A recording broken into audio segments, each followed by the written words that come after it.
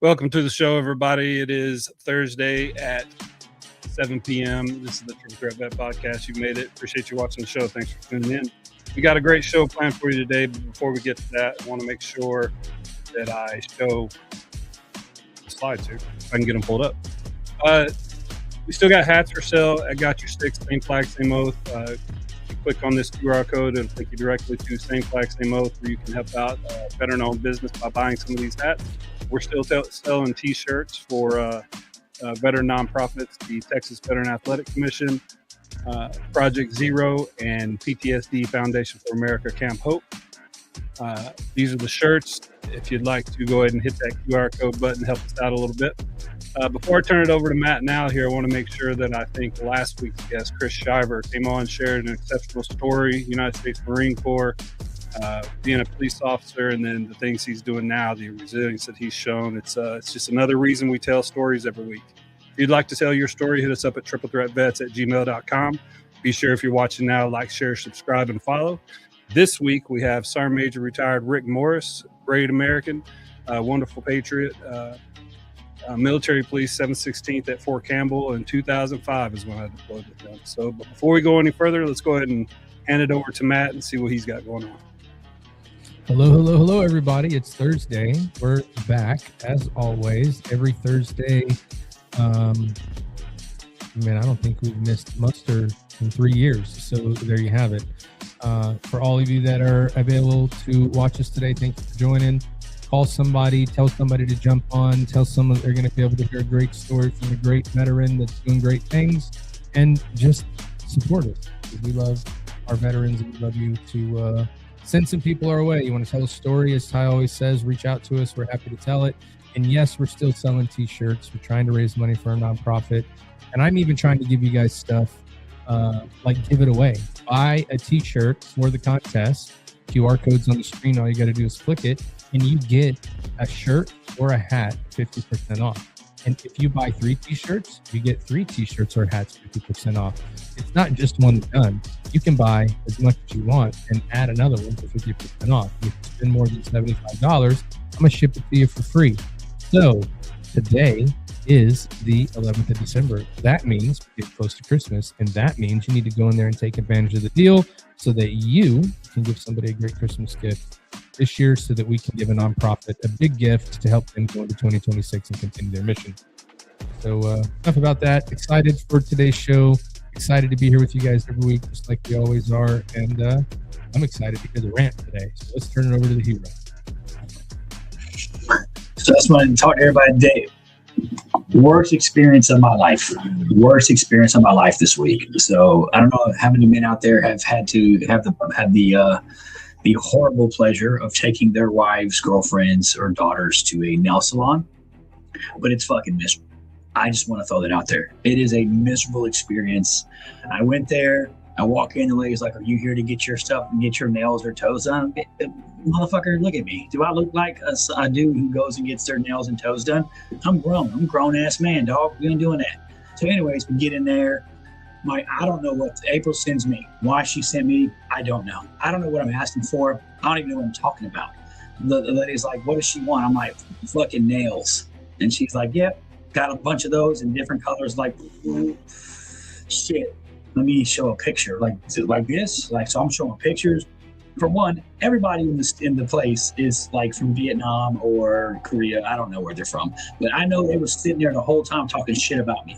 I know I'm going to learn fucking Mandarin this week just so I go back to that nail salon, sit in that nail salon and hear all the shit talking they were doing. There was old ladies in there with their crusty ass feet getting soaked, like in these massage. Shit was crazy. It was a horrible experience. Like I ended up getting up and walking next door to Dick's Sporting Goods just so I can get my man card back. I was touching fabric and playing with fucking baseball bats, just walking around.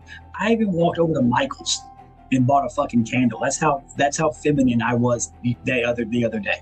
Like it was that bad, bro. I was in there sniffing candles and shit. Like anything to stay out of this hellhole. Like it was bad, bro. It was a horrible experience. Horrible. And then my daughter gets her nails done. Of course, I got to pay for it. It's like fucking $85. Like, oh, bro, it was just a horrible experience all the way around. So if you want to torture your husbands, boyfriends, or whatever's, take them to a fucking nail salon. Like that's punishment. I believe if you've ever cheated on your girlfriend, you should be required to go to a nail salon once a week for the next year, just as penance for fucking being stupid. Nail salons that's right. Nail salon right next door to Dick's. Oh, the irony. I'm with you, Josh. I'm with you, bro. It was horrible. Miserable experience. My daughter was happy. And then on the way home, she's like, let's go to Chick-fil-A. Fuck. Now, I love the Lord's chicken as much as the next man. But the Chick-fil-A lines, I don't know if you've been to a Chick-fil-A lately, Matt or Ty, but bro, Chick-fil-A lines be off the fucking chain. Like wrapped around the parking lot, there's like 3 lines. You can't even look at the screen. So that really pisses me off. Chick-fil-A, get your shit together. I don't know what the fuck I want. I don't memorize Chick-fil-A menu. Like I know y'all got chicken sandwiches. That's what I know. But what if I want something special? Like the little dude comes to my window with a little clipboard. He's like, sir, can I take your order? I don't fucking know, bro. Like I want to order, but I don't know what I want. You got like a little card I can look at? He's like, no, sir, we don't have that. Oh, bro, it's crazy. First of all, Bob, don't knock the Lord's chicken. You need some Lord's chicken. You do. But anyways, that's it. That's it for me today. Okay, miserable experience. So first off, nail salon, Chick-fil-A, fucking shoot me in the face. Couple takes on that. First off, that nail salon is probably the smartest marketing nail salon on the planet. What dude's not going to take their wife to go get their nails done if they get an excuse to go into Dick's Sporting Goods and spend money? So that's the first thing. The second thing would be, I thought you would have been a person that would have tried to get your nails done at one time. Bro, no. That ain't my style. That's not your style. Okay. Well, I've got ingrown toenails from being in the Army for so long. So I have 4 daughters. So they've taken me to get a manicure, pedicure, whatever the one for the foot is. And I have to admit, I didn't tell many people I did it, but I've done it a couple times, and it was beneficial. And then you can't talk bad about the Chick-fil-A line. They're the master of cures, man. They run the best lines in the business. I wish. Yeah, here's the thing. They ran in and out line. Well, next time, while Kenzie's getting her nails done, you go to Chick-fil-A so you can walk inside, look at the menu, order y'all shit, and by the time you get back, she'll be done. No, see, I thought about that, but my problem is this. She's my only daughter, and I'm not leaving her alone for very long. Even when, like, my son has people spend the night, like, can my friend spend the night? I'm like, yeah. Hey, I'm sleeping on the floor of Kenzie's bedroom. I don't trust no motherfuckers around my daughter. I watch too much SVU. I watch too much Law and Order SVU, bro, to trust these little motherfuckers running around these streets these days. Why didn't April go get her nails done? She was supposed to. She wasn't feeling well, so she canceled her. That's originally how it works. Like April and Kenzie go together. Like they go. Instead, she's like, "Would you take Kenzie to her appointment?" I was like, "Sure." Like, how bad could this be? Oh, bro, it's bad. All right, so real quick, smells like feet. There's old people in there getting their feet soaked. There's women cackling it up, talking shit about their husbands and shit. I'm like in there just sitting on this uncomfortable ass couch playing on my phone. Like, bro, it was a bad experience. Like, it was a punishment. CIA Bob said you got set up, Al. Bro, 100%. It's a trap. 100%, bro. So Bob, here's the thing, bro. Here's the thing. we didn't start offering the 50% off until last week. So yeah, you bought some shirts and you didn't get 50% off a hat or a shirt because you were somebody that bought them a long time ago. At this point, we're trying to raise as much money as we can for these nonprofits. So Bob, what you should do is go find a friend to buy a t-shirt, tell him which hat or shirt you want to get, and then you give him the 50% of that, and then you get a shirt or a hat for 50% off. But your friend will get the full price shirt. That's all you got to do. Just buy 3 more shirts, Bob. Yeah. Or buy all of Matt's stuff and then resell it at a higher marked up value to people you know. If you can buy my shit and sell it for a higher marked up value, I want to know how you're marketing it because we could be business partners. You know what I mean? For real, though. We got a whole bunch of people that spend money on bullshit every day. $80 at the nail salon, $50 at Starbucks.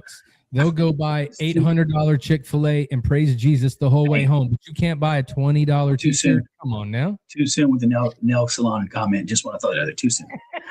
Speaking of money, bro, let me tell you real quick, just like about my son. So I know I talk about my son a lot because he's kind of a fucktard. It's okay. And anybody out there who's got a problem is like, oh, you got your son a fucktard. That's horrible parenting. Fucking let him live with you for a month and you fucking tell me how you feel. Shut the fuck up. And most people out there talking shit about parenting skills ain't never had kids, have no idea what it's like to raise them. I've raised men in this house, just so y'all know, fucking men, real men, fucking red-blooded American men. But I've got one that I'm on the fence about. Like the other day, he's like, can I get some money for gas? And I was like, absolutely not. No, like, I'm not giving you money because he'll go buy a vape or whatever these fucking kids are doing these days. He'll go spend it on some fucking beer or fucking weed. I don't know what they're into, but I'm like, absolutely not. Like, I'll fill your car. Do you know this motherfucker I'm on the way to the gym. I had to stop my gym routine, go to the gas station with him to put gas in his car. And he had a motherfucking attitude, Matt. Like, I mean, like, bro, dude had an attitude because I didn't give him money and I'm putting gas in his. You talk about entitled. Nowadays, kids are fucking entitled. That's just a sign of a crackhead, dude. I don't want you to put gas in my car. I want the money. Like, what you trying to go buy? That's what I said. I said, bro, what are you doing? Like, and then like, just like right before we got on the podcast, he wants like a vape. I don't know why. Like, he wants a vape or a fucking pack of cigarettes. I don't know what he's into. Like, fucking, I'm not a good parent. I don't watch what they're doing. So, like, this dude's like, April's like, I don't know what he carries cash. I don't carry cash on me anymore. Like, but I'm not giving you my debit card. Like, I'll give you some of this change. I got change. This motherfucker said, I'm not buying anything with change. I'm not a crackhead. Yeah, you are. That's how you act. Like, you act just like. I thought he had a job. Bro, he's currently unemployed. He worked for my brother, and then work gets slow this time of year. So he just decided, like, I don't want to do it anymore, and he quit. So now he is currently unemployed. He did go talk to his recruiter. He is going to get back in the Army. Thank God he's the Army's problem. He will be the Army's problem if he can man up and make it through boot camp and not have a like, oh I miss my mommy. I don't know what the fuck you know how it is. Like, oh, God, I hope he makes it through. He tried it once. He's gonna be all right, dude. He'll be all right. He's gonna make it. Let's hope he don't get injured. Like, he blew his whole shoulder out. But are you going to go to his graduation and put your uniform on? Be like one of those cool-ass retired motherfuckers that put their uniform on with a full-ass beard? I don't go to I'm not going to his graduation. What? That ain't it. Nah. What? When you do some cool shit, I'll come to that. But I'm not going to graduate. Join the Army and graduate from boot camp, dude. This is the character Al Hero. This is not the dad. No, because these already bought those plane tickets. You know it already. No, we'll go to Fort Leonard Wood. I think it's where he was going to go. So yeah, I mean, I'm down to go up there and check it out. See him finally become a man. Join the world's most powerful army. Become a fucking man amongst men. Fuck yeah, bro. Look at Larry. He said you raise men though, right? He should be good. He should be fine. Exactly, Larry. That's right. He should be able to go find his own money on the street corner instead of begging at his dad. Thank you, bro. These motherfucking kids, dude. He's young. He's still young. Like, I've got all my two older sons. Was he scratching at himself when he was asking for that money and not gas? Looking like Dave Chappelle. Yeah. Let me get some of that crack. Yeah. I just need a little bit. I just need some scratch. You're like, what the fuck are you talking about? Yeah. Bob said, what about his truck? Yeah, Bob. I wonder the same question. Just tell him to sell it. Oh, yeah, he's upside down. He doesn't know what that means. Yeah, you know what that means, bro. I need to have him go to your course for like financial 101. That was like 10 episodes ago. That was the hot take there at the beginning when he didn't know what being upside down was. No idea. Yeah. Anyway. So that all being said, I think it's time that we get into why we're here today. We get to talk to an amazing American hero, as all veterans are. So, Ty, without further ado, why don't you introduce our guest for the evening? Yeah, absolutely. Let's just to talk a little bit about Sergeant Major Rick Morris. Rick Morris spent 23 years in the United States Army, retired as a Command Sergeant Major. He's married to his wife, AJ. They have a 30-year-old son named Jake, who is an MP company commander, or was. He may be past that now. This bio may be a little bit old. But Rick is a supporter of his community and a soldier for life. Command Sergeant Major Rick Morris was raised in Apple Valley, Minnesota, and entered the U.S. Army in July 1983. He completed military police 1 station unit training at Fort McClellan, Alabama in November of 83, and Rick received a Bachelor of Arts in General Studies from Columbia College in 2003. Since retiring from the Army in 2006, Rick has earned the title of Certified Hotel Administrator and is a 2009 graduate of the Emory Executive Education and Global Leadership Institute, Emory University, Atlanta, Georgia. He currently serves as the Director of Operations of Fort Wood Hotels by Earnhardt Properties, and he's an owner partner for Liberty Park Apartments at St. Robert and the lodges at Rolla.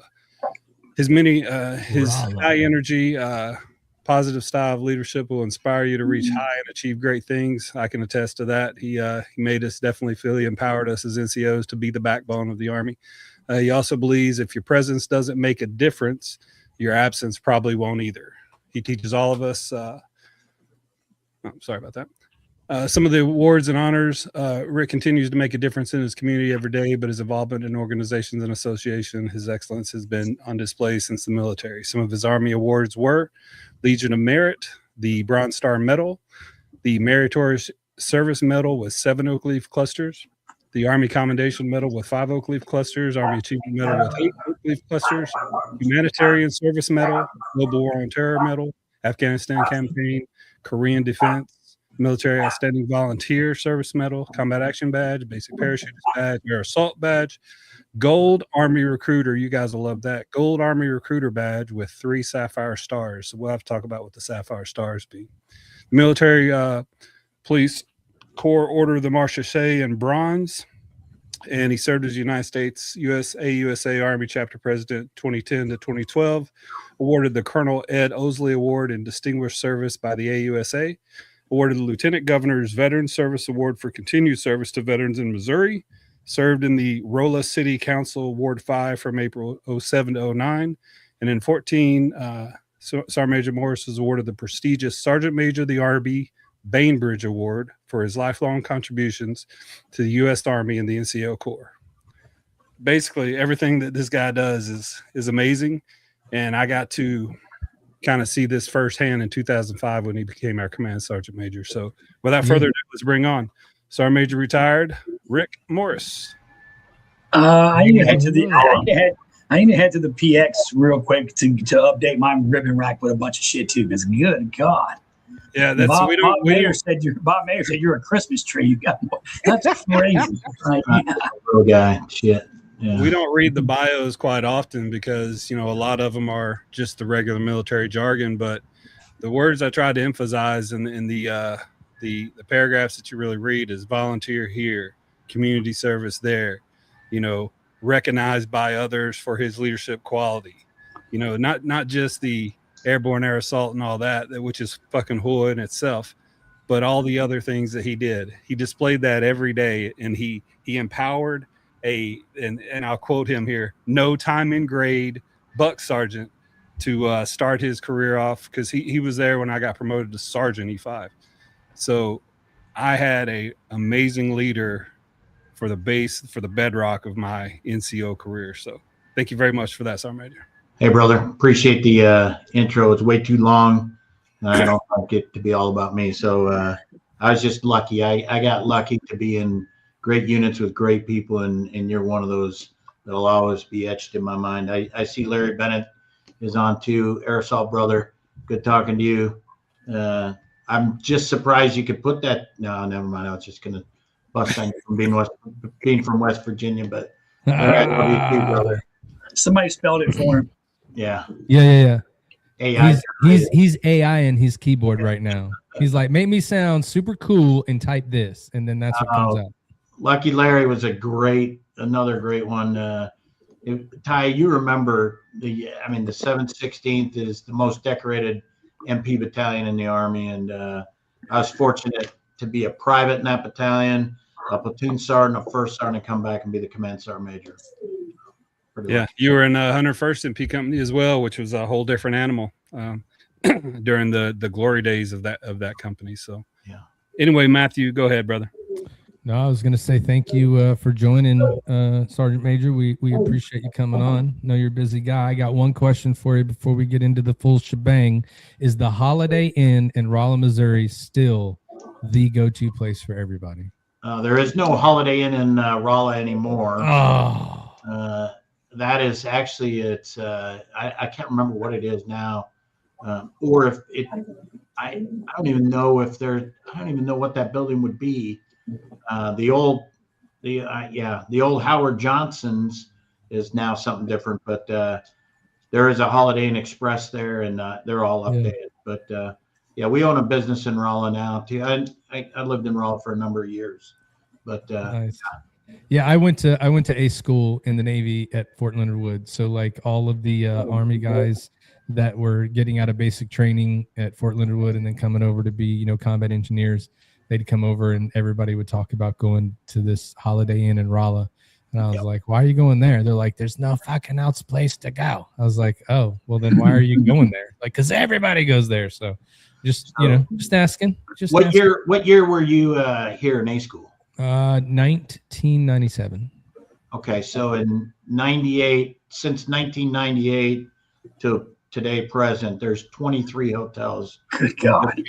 St. Robert, Missouri. Yeah, St. Robert though. Is St. Robert and Rolla the same place? No, 23 miles apart. Dang. So Rolla still is like one bus stop, huh? Oh yeah. No, Rolla's a big town. It's 18,000, 19,000 people. Nice. I'm just giving people shit because we called it Fort Lost in the Woods, right? Yeah, that's what they told me when I was going to A school anyway. So yeah. Well, welcome once again. We appreciate you coming on. It's always exciting to talk to people that made such a difference in people's lives, especially from a leadership perspective. Before we get into all of that, though, we do like for all of our guests to kind of give themselves an introduction to our audience. Tell us a little bit about yourself. And so we like to start off with where are you from? Where did you grow up? And what was it like for you as a kid? Like what kind of things were you interested in? What was it like growing up in your hometown? Just different things like that. So people can kind of get a little bit of a picture of your background before we get into military service. You bet. Yeah. Grew up in the first 5 years of my life downtown Minneapolis, and mom urged my dad to move all of us out. I have 5 sisters, 2 other brothers, so there's 8 of us, and we moved out to a little suburb of the Twin Cities called Apple Valley. Real small town at that time. Now it's a pretty decent sized city, but grew up in that town. I think we were probably, we weren't certainly well off as others in that community, but it was a great community, bedroom community of the Twin Cities at the time, and loved sports, played all sports, as a kid, from football, baseball, wrestled, all the good stuff. I wasn't a good student, really. I mean, I was kind of, we all just kind of made it through. Worked a lot in high school.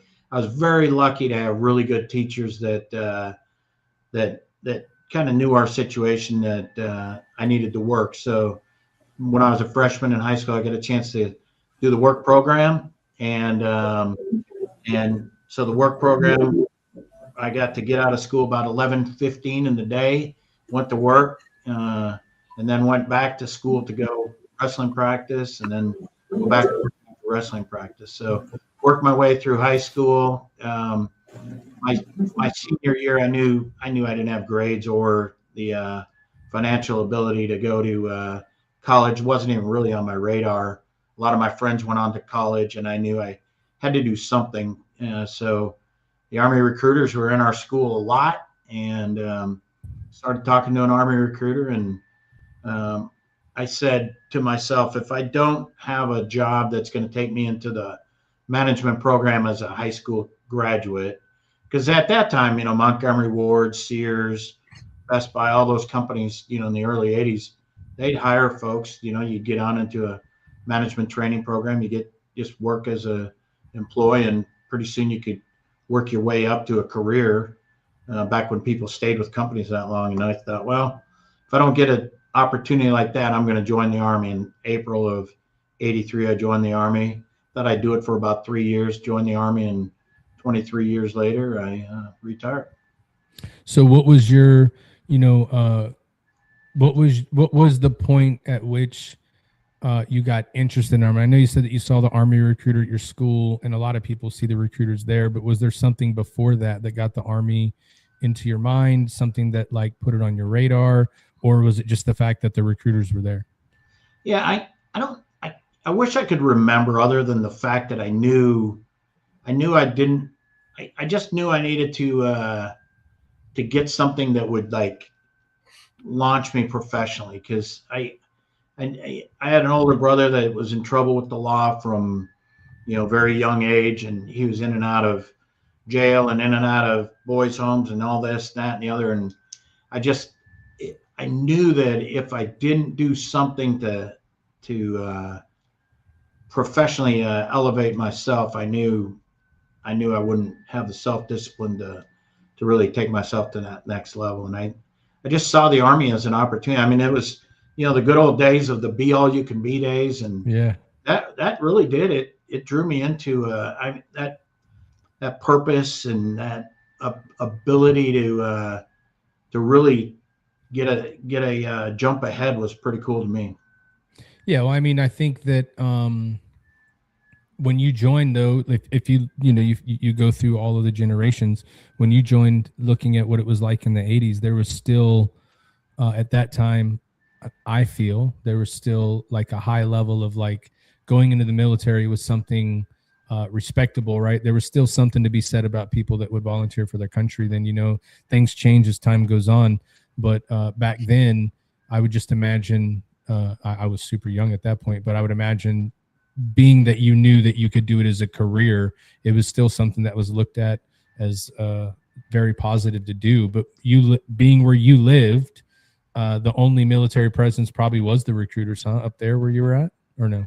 No, that's it. I mean, literally, you'd see the National Guard vehicles on the highway going up to Camp Ripley, for summer training, but that was it. And, the early 80s, the Army was really growing.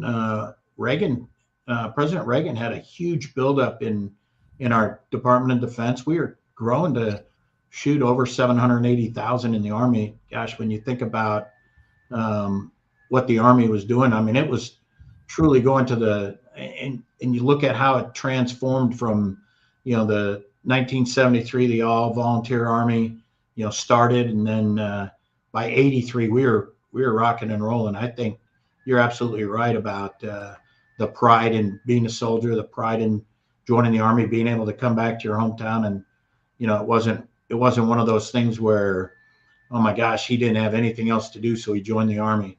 There was a lot of my high school buddies joined the Army, and they had the buddy system even back then. I knew a bunch of guys that joined, as two best friends. They'd go through basic training together and then go to at least their first assignments together. So that was a pretty cool. They had 2-year enlistments back then. I mean, there's a lot of cool things. No, that's awesome. So for you, where did you go to basic? Fort McClellan, Alabama. Oh, that's right. You did say that. So for you, going from Minnesota, in a town where you didn't see a lot of military, right?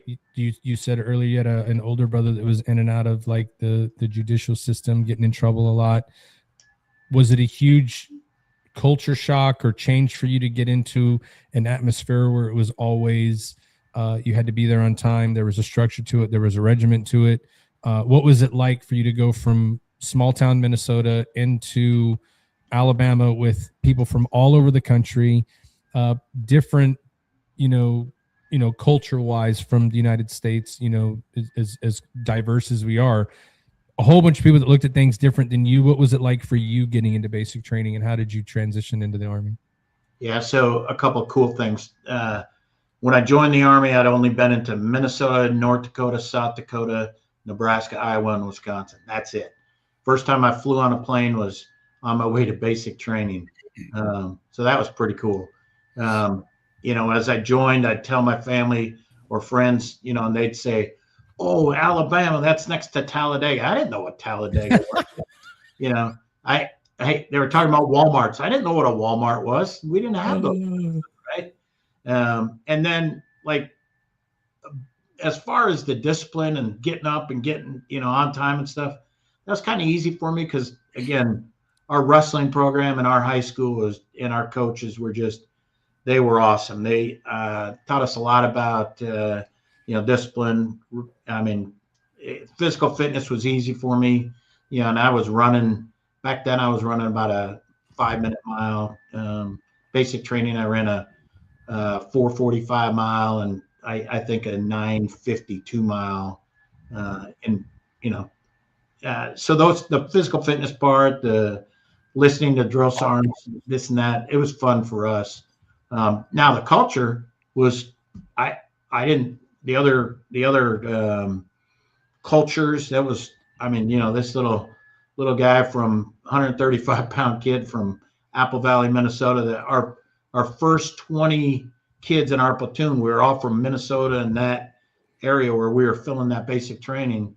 And then that was Friday. By Sunday, there you go. Ashton Hayes and I were battle buddies together in 716th in Afghanistan.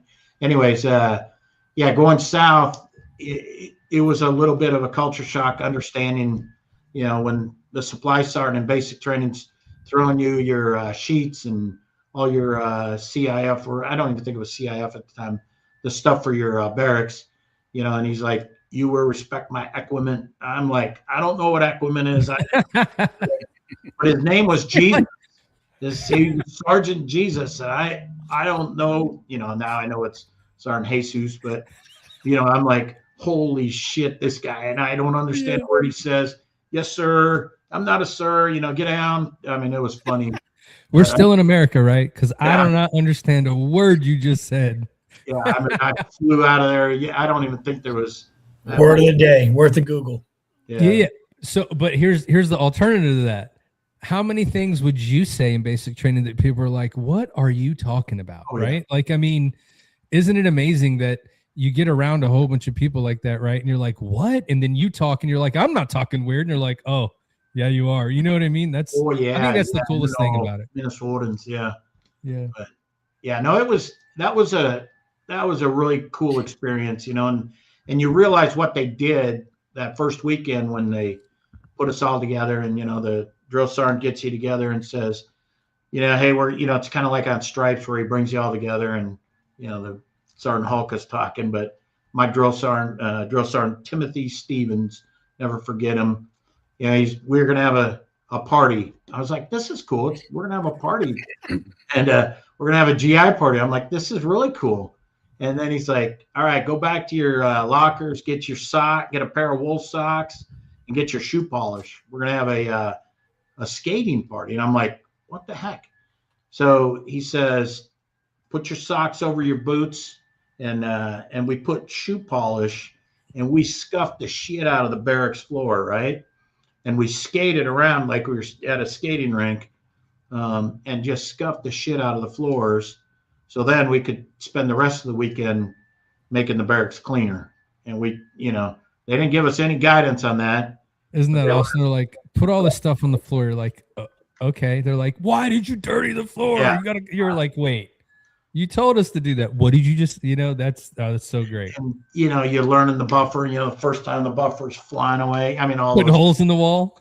And but they let the informal leaders take charge. You'd see some guys, stepping up trying to be leaders, and then others fighting. And it was a good team building event that weekend. And we tried everything from, we thought we were going to be really slick and put mop and glow down on the floor, and that worked, not good.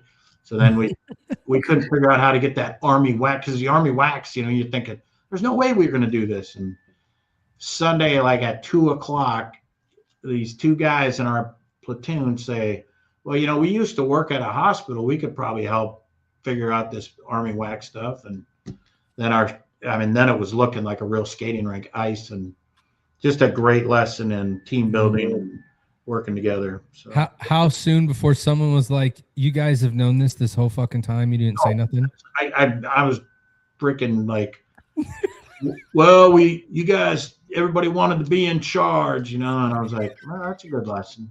Nobody asked. So yeah, that's the first lesson you get in, like, nobody asked us if we knew how to do it. Well, we didn't know to ask if anybody's got hospital floor cleaning experience. Yeah. That's pretty cool. Yeah. That's crazy. So after basic, where'd you go after that? Well, hold on. So what made you decide to be an MP? Like, what got you interested in that? Like, how did they rope you into that one? So I spent a lot of time in police. No, actually, my brother being in the challenges that he had, and I did have a lot of respect for law enforcement. Of course, I had some nefarious, times in my life too, throwing apples at cars and things and all that good stuff. But, my respect for law enforcement side, it was an honorable thing to do. And so I thought, I'll go be a military policeman. I don't know if I'm echoing or who's echoing, but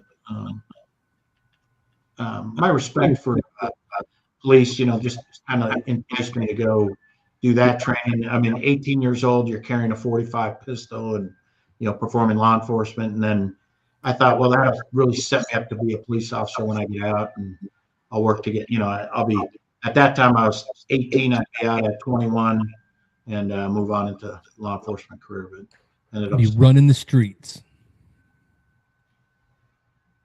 So, and then, so from there, where was your AIT? Where did you get AIT? One station unit training. So the military police, and we still do it the same way today. Back then it was 16 weeks of basic and AIT combined. Didn't change our bunks, didn't change our drill sergeants. One station unit training. Dang. Okay. That's cool. It's actually a pretty smart way to do things. Because there's a lot of other MOSs that do it, infantry, engineers, and some others. You're kind of inculcating those values of, the military police. We gotta meet the standard. We gotta exceed the standard in order to enforce the standard. So, kind of worked out good. You're held to a different standard. Start out in basic training and go on to 16 weeks later, you're a military police soldier. That's interesting. Ty, you're muted. Sorry. So I always thought it was funny how that happened is the MPs, they have such a different mission that when they're at home, they're like police officers that are, policing the units that are on that base, working the road, giving people tickets. But when they deploy, they have a completely different mission that is, it's nothing about giving tickets. It's, there's a lot of executive protection. There's a lot of MSR patrols. Like we've talked about this before. The MP Corps to me was amazing. So okay, go ahead. I'm sorry. That's cute. What do you mean? You guys couldn't give someone a ticket in like Iraq? I bet you somebody tried though. Well, I mean, they would try with the provost marshal office. They would try to get us to like give tickets out once we got established in places, but no, they don't give. I wish somebody would give me a ticket in country, bro. I wish. I'll be back for court. I promise. Yeah, I'll come back. No, there is a need. There is a need for discipline, law, and order in theater deployed. When you look at whether it's sexual assaults or theft or black marketing, all those other things that you need that. When you look at what the military police corps does, I think it's important to find the things that we uniquely do that just a regular soldier can't do. Just like, you have infantry and field artillery, there's things that unique to their MOS and, in the military police and law and order and even our combat operations, there's certain things that we do that an ordinary soldier, is not trained to do. That makes sense. You're muted now. I was just saying, Bob Mayer said he stood a lot of gate guard duty. Yeah. He said he did he was on the gates a lot, and he said it sucked. Yeah. Yeah. Perimeter, gate guard stuff, that's never fun. But it's a necessary part of the mission, I guess. Yeah. And I bet you got a friend of mine who actually worked with, I don't know what MP company Sean worked with, but he sang their praises. Yeah. All the stuff that they did in country. He sang the MP's praises. He was a dog handler for the Navy, and he attached to a lot of Army MP units, and he really did sing their praises for sure. So yeah, for sure. So once you left basic and finished your training, what was your first duty station? Fort Riley, Kansas. So I was assigned to the 1st MP company, and back then the 716th MP battalion was at Fort Riley, Kansas. So I was a division MP at Fort Riley, Kansas, 1983 to 85. And so what kind of things were you doing there? What were the different things they had you doing, because this is, back then we're not where we were the last 20 years, this is it's a different time. So what was the mission back then for you guys? What was the most important things compared to, we're going to get to that later, but what was it like during that time for you? Sure. Yeah. 1983 was an interesting time in the Army, in my opinion. We had all of our non-commissioned officers, the majority of our non-commissioned officers were Vietnam veterans. We actually had some Korean War veterans. And then we had, this new generation of soldiers. And so 1983, discipline, law and order. So law enforcement operations at Fort Riley. Imagine Fort Riley, the home of the 1st Infantry Division. You had Main Post, Custer Hill, and Camp Forsyth, Camp Funston. Pretty large post actually for law enforcement. And so you always had a whole company, about 210, 220 soldiers, actually probably a little larger then, because we had 6 platoons. We had 3 direct support platoons that directly supported each of the brigades in the division, and then 2 general support platoons that worked really, they worked for the division headquarters, division main, and a lot of battlefield circulation control. So discipline, law and order, when you're in law enforcement, that you're just patrolling and keeping discipline law like a normal police department in a city. Okay. And then when you're not doing that, you're in training and you're supporting the division in combat operations. So battlefield circulation control, when the tanks were moving to certain areas, we'd be out doing traffic control to move the tanks to the right areas of the battlefield, to keep, again, what they call battlefield circulation control. We again, in the field back then, I'm trying to think of some of the things we did. Of course, the brigade support area, we'd make sure the patrols in and around the brigade support areas for each of the brigades where we do the combat patrols around there. They didn't have a lot of firepower for the forward support and the main support, the logistic folks, and then of course your infantry folks. You want them focused on fighting. Back then, we fought in a linear battlefield, so we had forward line of troops, and it was a whole different battlefield where you were going from a safe area into a linear area, unlike today where it's kind of 360-degree operations. I don't know if that makes sense. No, 100%.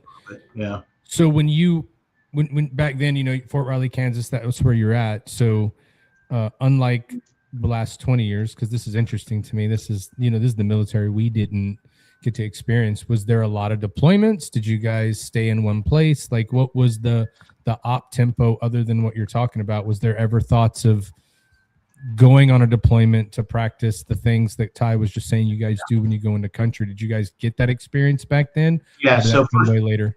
Yeah. So 1st Infantry Division, mechanized division. If you understand the difference of the divisions within the Army, 1st Infantry Division is a mechanized division, and their mission at that time, I'm sure it probably still is at that point, well, it's probably not the exact same now, but back then it was all about the Cold War. So our mission would have been to go to Europe, and back then they had Reforger, Return of Forces Germany. So the whole thing was as if we were fighting the Russians, in the Fulda Gap, and East Germany was attacking, or the Russians and East Germans were attacking through the Fulda Gap into West Germany. So that was all our mission was to prepare to go to Germany to fight that war. And so deployments at that time were National Training Center at Fort Irwin, California. When a brigade would go, that platoon would go, and ironically, the rest of the platoons in the company would pull down 12-hour shifts, work 30, 45 days straight, 12-hour shifts on an MP patrol, working law enforcement because the other ones, were deployed. And those were challenges back then. When you think about working the road as an MP, especially 12-hour shifts, about an hour and a half before the shift comes, you got to go. Well, first of all, you get your weapon, from the arms room, make sure you're ready for, get it, your uniform ready, get your patrol gear, go get a vehicle based on what area you were going to be assigned. And then we stood guard mount, so you've got 18 people on duty that day. You stand in a formation, your patrol supervisor or military police duty officer, calls you to attention. They go down and inspect you to make sure you're ready for duty. Then you go and you relieve the off-going shift to ongoing. So your 12-hour shift now is about 13 and a half, just preparing, getting on duty. And then when you get off duty, provided you didn't have investigate a traffic accident or a crime or apprehend somebody. And that happened quite frequently back then, from domestic disturbance to theft to fights at the NCO clubs. You typically work, 15, 16-hour days back then. Wow. And when other platoons were deployed, I hate to keep rambling. I apologize. You guys cut me out. I love hearing this. I've got a. Oh, no. This is very interesting. Yeah. Yeah. So then, you'd have a platoon at NTC. You'd have the other folks working, patrol or law enforcement operations. And I remember me and my roommates, we'd get up, run to McDonald's or something and grab some chow, and then come right back, press our uniforms, get back, shine our boots and get ready for work the next day. Yeah. But when I remember, being in the B's, first joining the Navy, our deployment cycles were 7 and 7. So, you're 7 months home, 7 months away. And then, Al knows this pretty well. We were both in Alpha Company in the CBs. And so an Alpha Company, I feel like got the short end of the stick most of the time because we had to go work in the yard, right? So we may not have been on deployment, but we still got to go make sure that all the equipment can run, got to service it, right? Whereas other guys were doing busy work, basically getting off early and shit. But yeah, they were going home. They were spending time with their families. But on deployment, though, I must say, on deployment, everybody hated us because Fridays, hazmat containers. There was one reason we had those: ice and beer, and that's what we did on Friday. While all those other ratings were out on the job site, cleaning up and filling the holes. We're like, oh, we got to go wash the trucks. Yeah, we were back in the. We weren't washing any trucks. We're washing down some beer. But I already told you I was horrible at my job as far as mechanic. That's why I went through the engineering reconnaissance program. I was horrible. So they didn't let me touch anything in the shop. They were like, go to the armory and clean block weapons. I was like, sweet. And you were like, this is awesome. Sign me up. Yeah. Yeah. I just want to follow up the last thing that the Sergeant Major said with this is, I've served with medical units. I've been at division staff, brigade staffs, at infantry, combat engineer battalion in White Sands. And, being with the MPs, I deployed in 2001 to Kosovo with them, and they had a pretty dynamic mission there that was, is a mixture. But when I went to Iraq with them, I was just making some notes here based on what you were saying. The linear battlefield that you were fighting for the Cold War in essence, and you're worried about Germany doing this or somebody doing that, or, there was a very dynamic mission, but it shifted into 2003 for me. This is where the MPs just became the MVPs of the battlefield, because not only are they, escorting buses of people from, the port to all the places there in Kuwait, they're doing equipment.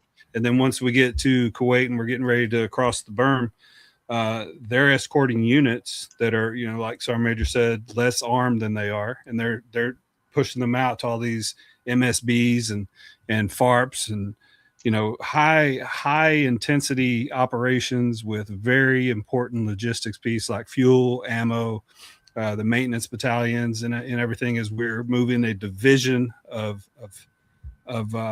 infantry, the 101st Airborne Division, from the port in Kuwait all the way to my Humvee touched Turkey. We went up through a dam and we were doing all the Erbil stuff, but the dynamic mission that the MPs have always done has been amazing to me. So I'm really interested to hear more about your deployments and some of the scenarios, because we just want you to wax poetic about your time in the military. Just keep telling those kind of stories. Sure. Yeah.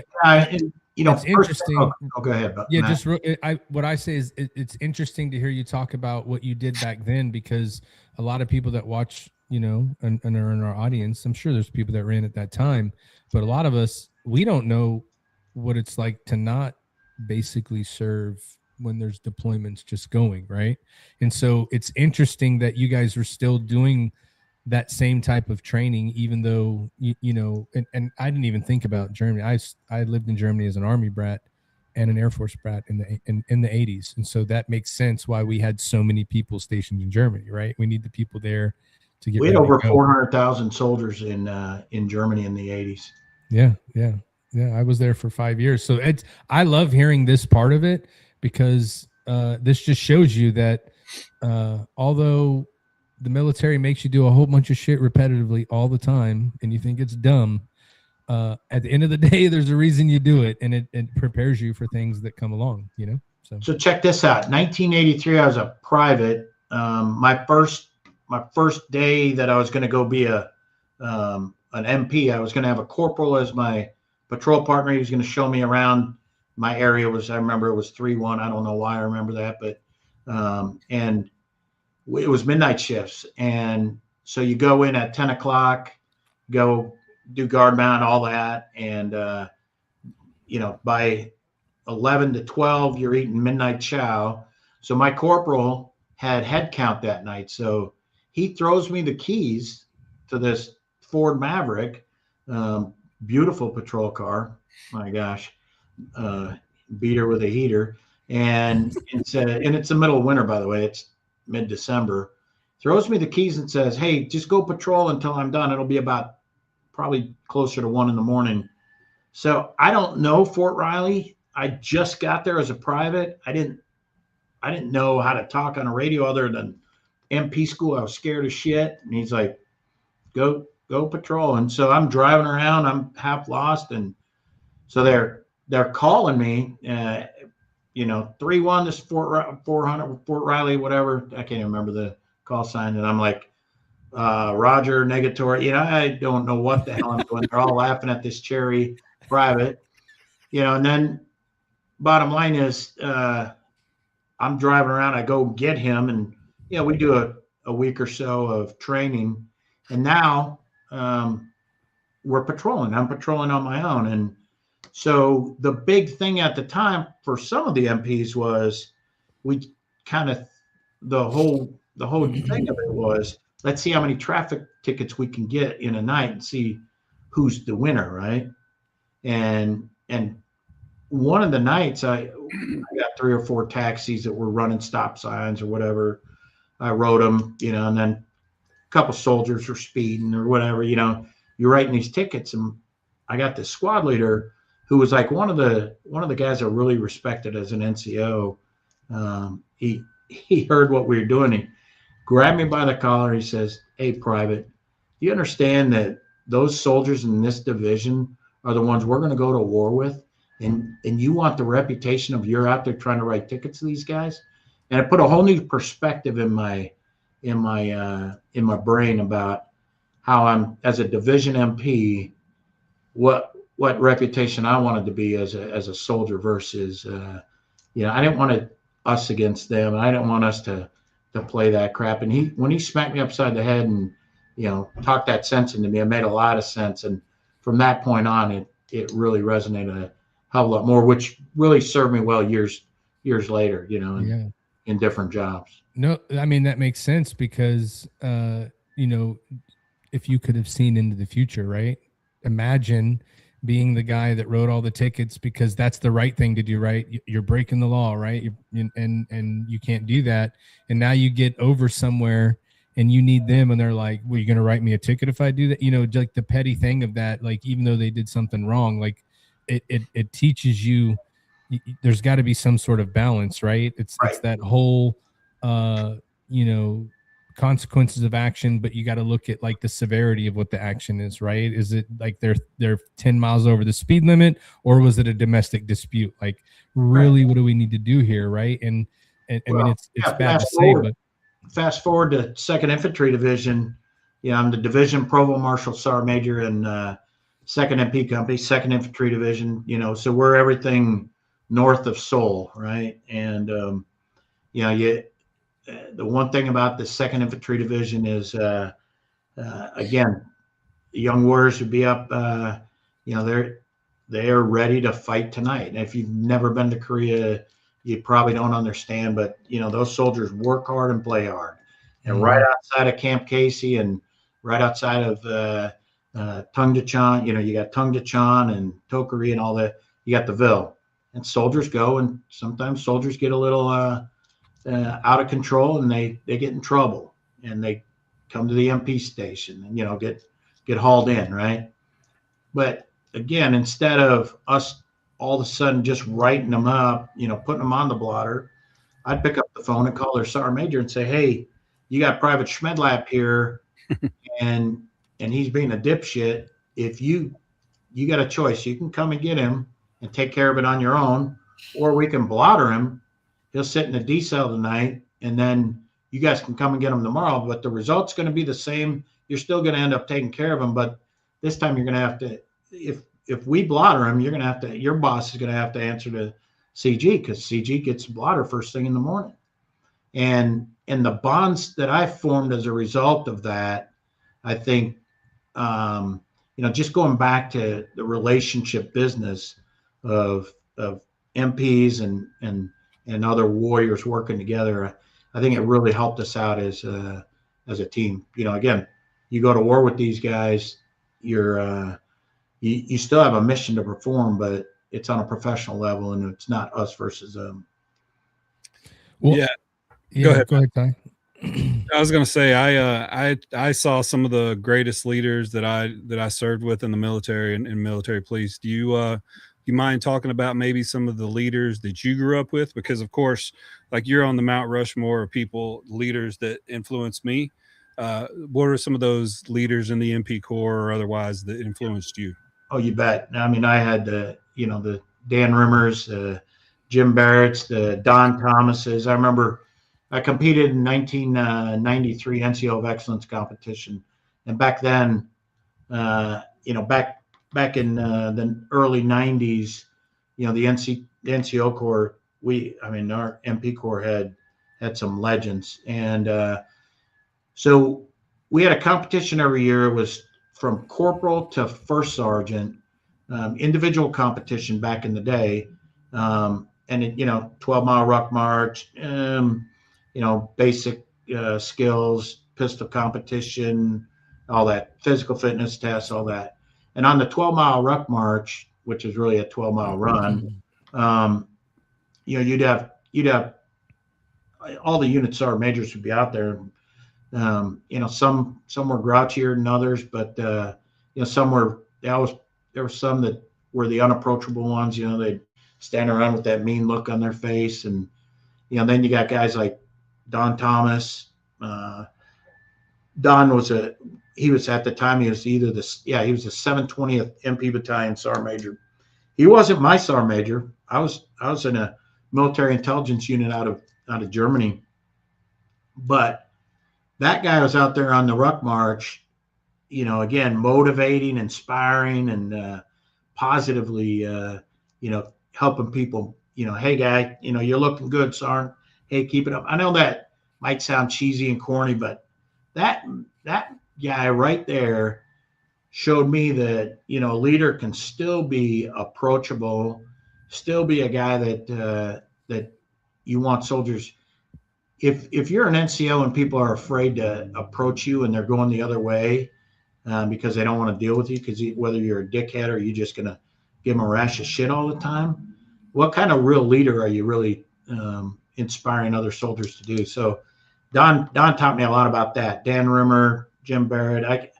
I can go into specifics on all of those guys, but the one character about these leaders was they go to bat for soldiers, and sometimes they'd go to the mat and come off the third rope, look at making sure that their soldiers were taken care of.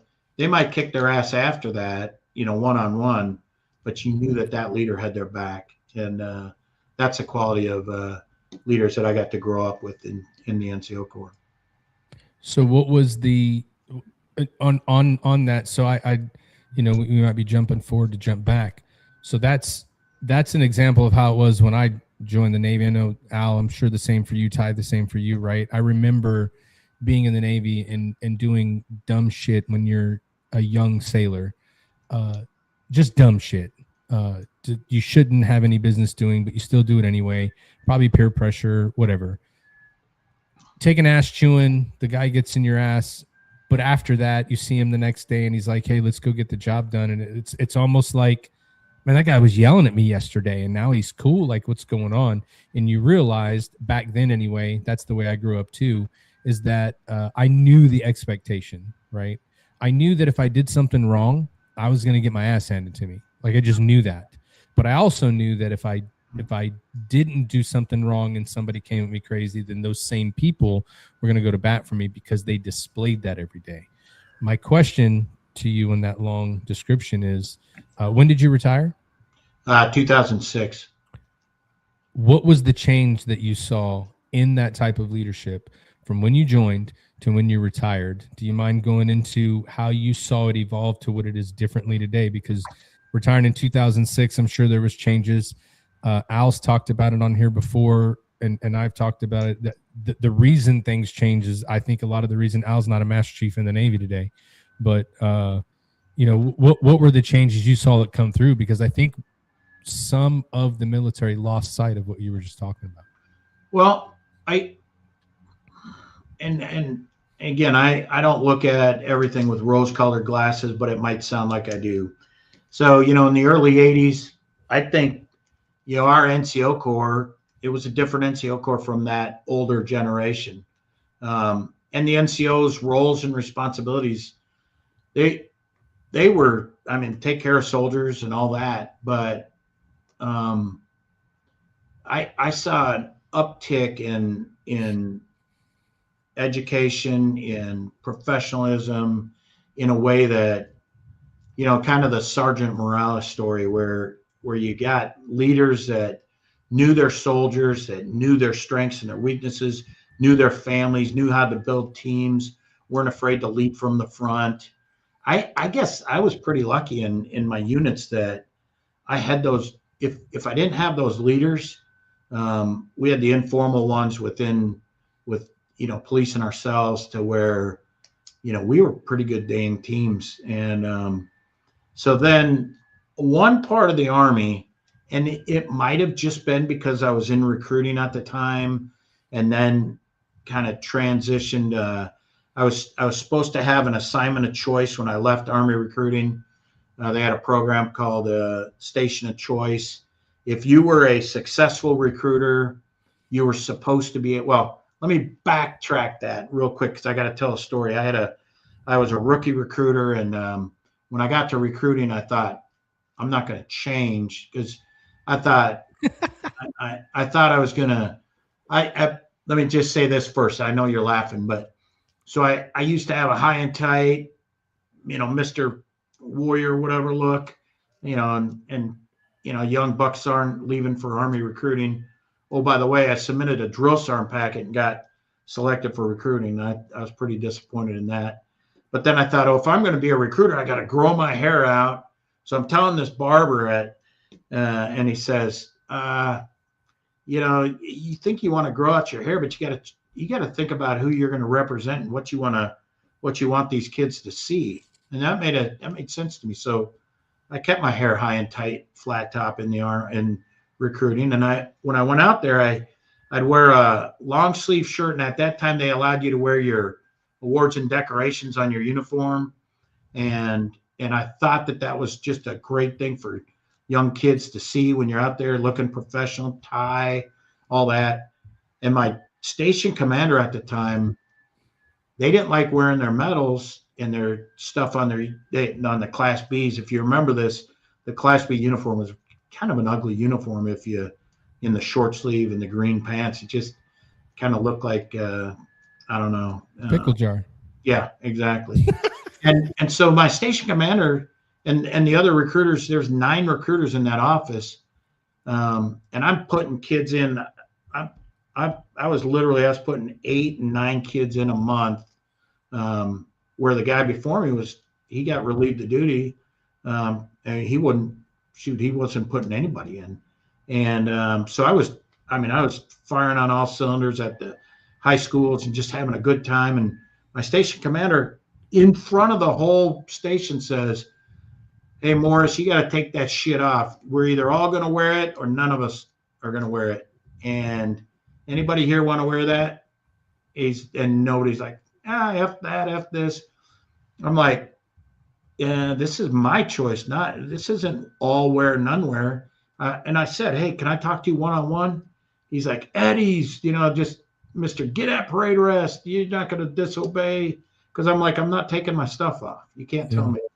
So anyways, and one thing I learned in recruiting was if you're a successful recruiter, you had a lot of power. And especially the non-producing ones, they were getting their ass beat every month. I was pretty good at recruiting. So I told my first sergeant, I don't know what's going on here, but my station commander, of course, my station commander called the first sergeant. Your first sergeant's pleading with you to, "Hey, can you just not, make him look bad?" No, he fucking made me look bad in front of the whole troop, in front of 9 other recruiters. But I refused to take it off. And bottom line is, after about a month of that, they called me in and said, "Hey, would you be interested in taking this station or this station?" So there was a 3-man station in Hutchinson, Kansas, and one in Ark City, Kansas. And they said, "Hey, if you're interested in either one of these." So I got a chance to go be a station commander as a result of that, and went on down to Ark City, Kansas as a TTE station commander, transitional training and evaluated. I was a rookie recruiter, had a chance to be a station commander with 2 brand new recruiters, and we had a blast for the rest of the time out there. So I guess that kind of go back to man, I went all over the road there. I apologize. But no. So then, you go back to these leadership styles and how it changed. So I was starting to talk about remember in about 1992, 91-ish, well, right after the Gulf War, 90, we went from a 780,000 Army down to 480, or right at 500,000. And our recruiting missions, the numbers stayed the same, and our quality, instead of being able to put in a 3 Bravo, and you guys, recruiters, you guys understand what I'm talking about, we had all alphas. So I had to put in a grad female alpha 1 month with the senior female alpha and 2 grad males alphas in 1 month. And we're at a drawdown going from 780,000 down to 400 and some, or 500,000. It was crazy. But anyways, so I was supposed to get my assignment of choice, and I get assigned. I'm requesting at that time Campbell, Bragg, Stewart, or Drum. I wanted to go back into the operational Army because a lot of the Army had changed from the time I went to recruiting on. I mean, you had Panama and Desert Shield, Desert Storm. We fielded the Humvee. We fielded, let's see, I can't even remember. I think we fielded the Beretta at the time, moved from the, the 45 pistol to the 9mm, implemented the Mark 19 at the time. So all those changes happened, and I wasn't tactically proficient because I was out in recruiting, and I knew. So then I get assigned to a damn MI brigade. And I say damn, but worked out great for me. But at the time, I wanted to go to a combat unit, and I get assigned to an MI unit in Augsburg, Germany. And at that time, so what is it? I'm a Navy guy, so forgive me for not being smart. What is what's an MI unit? I don't know what that is. Yeah, so that's a fixed station intelligence site in Augsburg, Germany. That's a listening. Well, I guess I can say it. It was a listening post for the world back in the day. So we did the physical security of that fixed station military intelligence site. So all the access control, they went through the turnstiles. That was my platoon. I had a 63 soldier platoon in Augsburg, Germany, as a junior staff sergeant. And that, again, set me up, for a lot of, responsibility and opportunity. I mean, we had our, And let me finish that thought, and I'll go back to this. What I was talking about in the 90s that I saw change, in my opinion, about the time of recruiting and the time in this MI world, was a lot of NCOs. It was a kind of a survival of the fittest time, because, I mean, we had in 1992 or 93, we didn't even have a sergeant first class promotion board for the MPs, because we're again going through a drawdown of moving the Army from 780 to 500,000.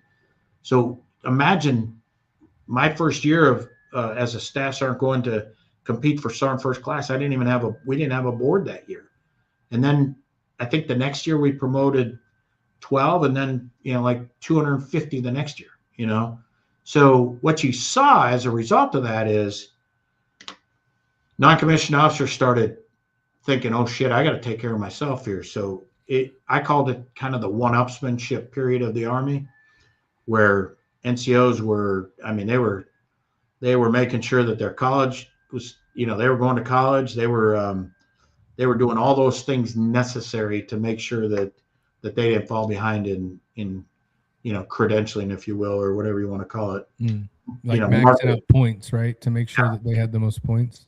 Yeah. I mean, it's when you look at, so just think of a sergeant first class promotion board at the time, or a first sergeant time, you'd say, well, do they have 2 years of college? Do they have, again, at sergeant first class, if as a staff sergeant, if you didn't have any platoon sergeant time or any, good division squad leader time or recruiter or drill sergeant, your chances of getting promoted to sergeant first class at that time were very slim. It didn't matter how good you were. If you weren't, I was very fortunate. My whole time as a staff sergeant, from recruiting to, the platoon sergeant, detachment sergeant time in the MI world, it was all sergeant first class positions. So E7 positions as an E6. But that wasn't, that wasn't common back then. And so did that help you though, being in that role?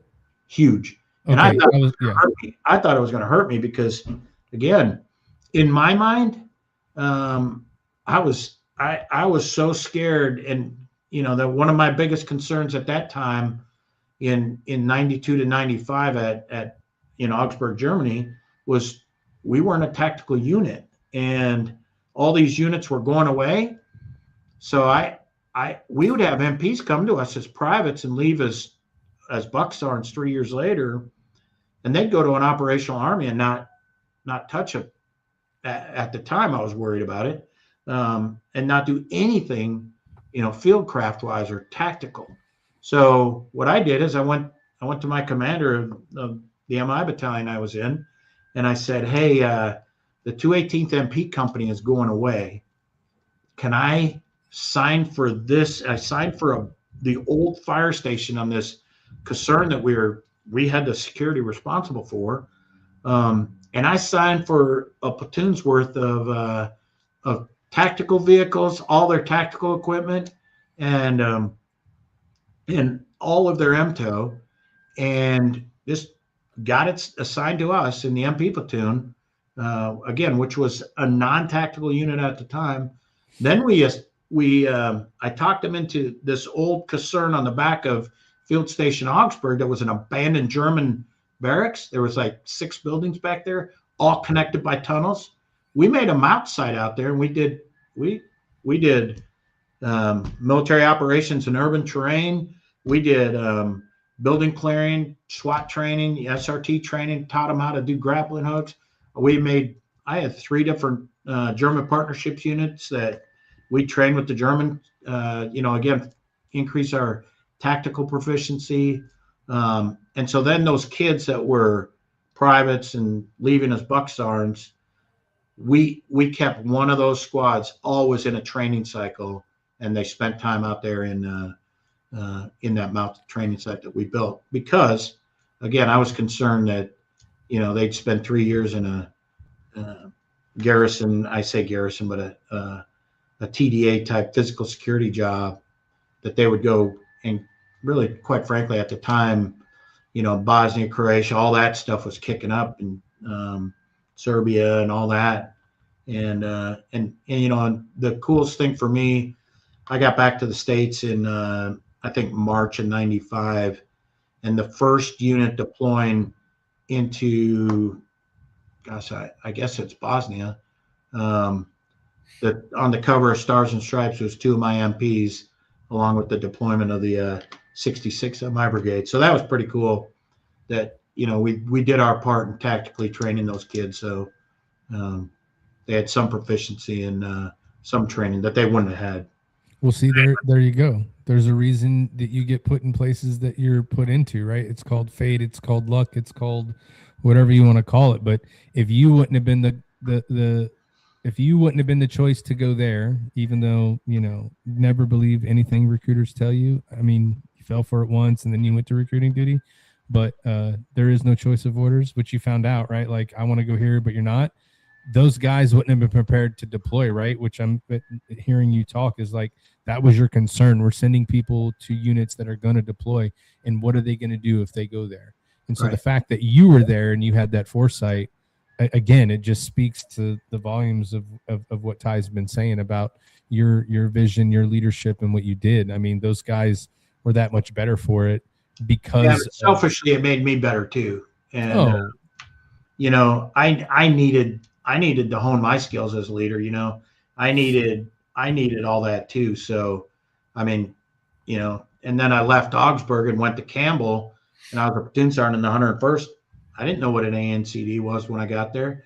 I didn't know a plugger. I had never used a plugger before. But I had some really good young warriors in the 101st MP company that, showed this young sergeant first class what to do. Ty, you got anything? Yeah. So, I mean, I kind of got to segue into the next question, and it's going to involve our last, I guess, what was your last deployment? So MPs throughout the years, their mission has changed, and you've talked about different ways of doing things throughout your career, from being in the 80s and all the way until when I deployed with you in 2005. So what were the biggest things from serving as a platoon sergeant in the 101st MP company? What were some of the cool missions you did up until you deployed with me? Because like you said, at that time, that's when there was a lot of moving parts for MPs during that time when you were around a sergeant first class. So what happened from 101st MP until you became a command sergeant major with me in 2005? So, go to 1995 in the 101st MP company, and again, at that time, and truthfully, the military police, we coined the term force of choice because, we truly, we had folks spread out everywhere, and we're never enough. There's never enough MPs to do all the things that we needed to do. But, so platoon sergeant 1995, 101 soldiers in the 101st MP company. That's a light MP company. 21 soldiers at that time, 21 man platoons.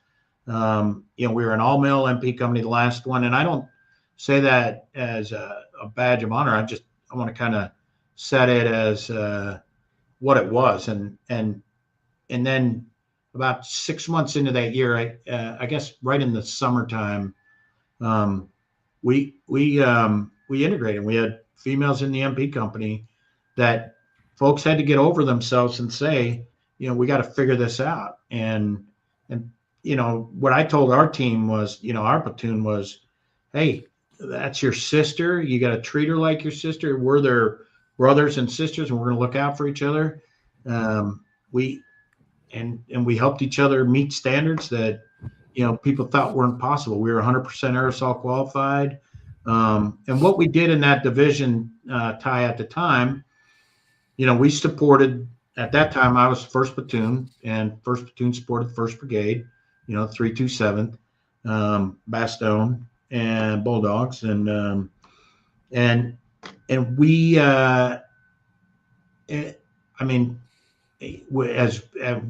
when we went out with that 1st Brigade, we worked directly with the brigade. Me as a platoon sergeant, my platoon leader, Darren Wisniewski or John Turner, we would deal directly with the Brigade S3, and we'd get assigned our missions. And then sometimes we'd split the platoon up. I had a squad in Haiti as the brigade. One of the brigades deployed to Haiti, and we sent a squad of MPs with them, and continued to support the rest of the division in other ways. So at that time, if you think about the firepower a military police platoon has, we had 7 vehicles, 7 Humvees. On each vehicle, we had a Mark 19, which is a 40 millimeter grenade launcher, automatic grenade launcher. I say automatic, 40 millimeter grenade launcher, and an M60 machine gun on a what we called a Eagle mount. And again, both weapon systems on that vehicle, air assault capable, of course. Every soldier in that platoon had a 9mm, and squad leaders, we had M4s. We had 2 or 3 gunners. We had SAW gunners. We had more firepower in an MP platoon than an infantry company had, just because we had each vehicle had a Mark 19, and a M60, and that's a lot of damn firepower. So when you're patrolling the main supply routes, when you're securing, whether you're securing a brigade support area and the 2K perimeter around it, or you're in an air assault operation with heavy load on a heavy PZ or DZ, MP platoons brought a lot of ability for brigade commanders to protect the light infantry. So that's 1st Platoon. And then, from there, the headquarters, HHD, again, had so the 716th didn't come to Fort Campbell until 1997. And so Command Sergeant Major Dan Rimmer went from came from here, Fort Leonard Wood, but as the battalion came from Fort Riley and got to Campbell, we used to just be called the LEC, Law Enforcement Command at Campbell. So we then we needed a HHD first sergeant, and so Command Sergeant Major Rimmer. Our platoon was supposed to go to Sinai on the peacekeeping mission there, and Sergeant Major Rimmer says, "Hey, I need you to be the detachment sergeant." I'm like, "Isn't that for old fat sergeant first class?" And He's like, no, you're going. But again, I got a chance to go to first sergeant course and, be a detachment first sergeant, maybe a better leader. And we brought that battalion on board and again, made them air assault qualified and all that good stuff. So that's where we came to the division as a battalion. Then you fast forward to 2005, Ty, and well, before we go there real quick. Yeah. I always like to ask, you have a lot of military experience for a career. Where were you and what was going through your head on 9/11? Yeah. So now this is a crazy story and I'm going to probably talk too long again. I apologize, but talk as much as you want. We have nothing but time. So in February of March of 2001, I was winding down my last tour as a first sergeant. I knew that summer in July, I think it was going to be four years, something like that. I can't even remember. But I was getting ready to go to secondary zone that next year and compete for Sergeant Major. So I got selected to be on the Sergeant Major of the Army's Army NCO study, and they had just completed the officer study. And, if in 2000 and 2001, if you guys remember, the military was, we were doing a lot of the Kosovo, Bosnia, all those all those, deployments of peacekeeping mission here and there. And really we're kind of going into this, what we called Force 21, Army 21, where they were looking 20 years out and saying, we're going to be the legacy force and we're going to transform this new generation and, this, that, and the other. So on the Army study, we went, I was in my mission was to do on the study was institutional training. And we wanted to figure out, were we all going to go distance learning when we're going to go, in-person training, like, residence and distributed learning, all that other stuff. Because if you remember, literally the internet was really just around in the late 90s, right? And emails, other than you've got mail, and all that stuff, that was the late 90s. So you dated yourself there, Sergeant Major. Yeah, but think about it. Ty, think about automation within divisions and automation within the Army at that time.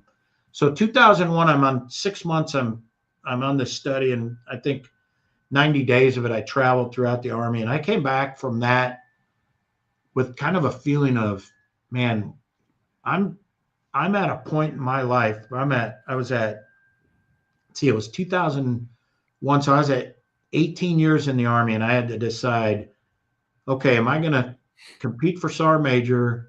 That means I'm going to go to Fort Bliss for a year. Then I know I'm going to end up probably in Germany for 3 years. And my son was just getting ready to be a freshman in high school. He's just finishing up 8th grade. And I came back from that NCO study in July of 2001. And I told my wife, I said, I think I'm ready to go be a civilian. The MP, my regimental sergeant major, Dan Rimmer, and then at the time, Dan Rimmer, he said, hey, we kind of expect you to be a sergeant major, and we got a lot of confidence in you, all that. Well, anyways, on 7 September 2001, I declined competing for Sergeant Major. 7 September. Now, when I did that, I got moved from, I did my change of responsibility on 1 September from being first sergeant, and I was moving to be the G3 Sergeant Major of the MP school. At that time, it was plans and DPO, Director of Plans Operations. And of course, 9/11 happens 4 days later. Well, I had already submitted a deck. So you asked where I was on 9/11. I actually had just bought a Nissan Xterra, and my wife and I were, the night before, we bought this Xterra, and the next morning I was going to go finalize the finance paperwork, because that was going to be our retirement SUV, you know. So when I retired, that was going to be our family vehicle. You know, I was going to go figure out a business up in Minnesota. And 9/11 happened that morning. I'm waiting for this car dealership to open up. I'm looking on TV, and I called my wife. Again, we had landline at the house. Called her. I said, hey, turn on the TV. You know, she's at work. And then I ran by the dealership, signed the paperwork, and I knew I had to get to Fort Leonard Wood before the gate shut down, because I knew we were going to shut down I knew it was going to get tight. But if you remember right, all the Army installations on pre 1 September 2001, most of them were open gate. We didn't have post decals. Yep. We didn't have all that stuff. 1 September is when we shut the gates down. So that morning of 9/11, the gates were just backed up, all the way down Missouri Avenue, and it was pretty crazy. But anyways, so that's where I was. I was at the MP school, and from then on, we established. We knew we needed MPs a lot of different places, and we got to work then. I mean, so what happened with your request on 9/11? I forgot. I didn't finish that part. So so I worked that year. I jokingly called myself the regimental Spec 8. Now, if you know what Master Sergeant, that was my only time as a Master Sergeant. But I was going to retire that. I was going to one more year. I had to do a year then, and then deck one more time. And in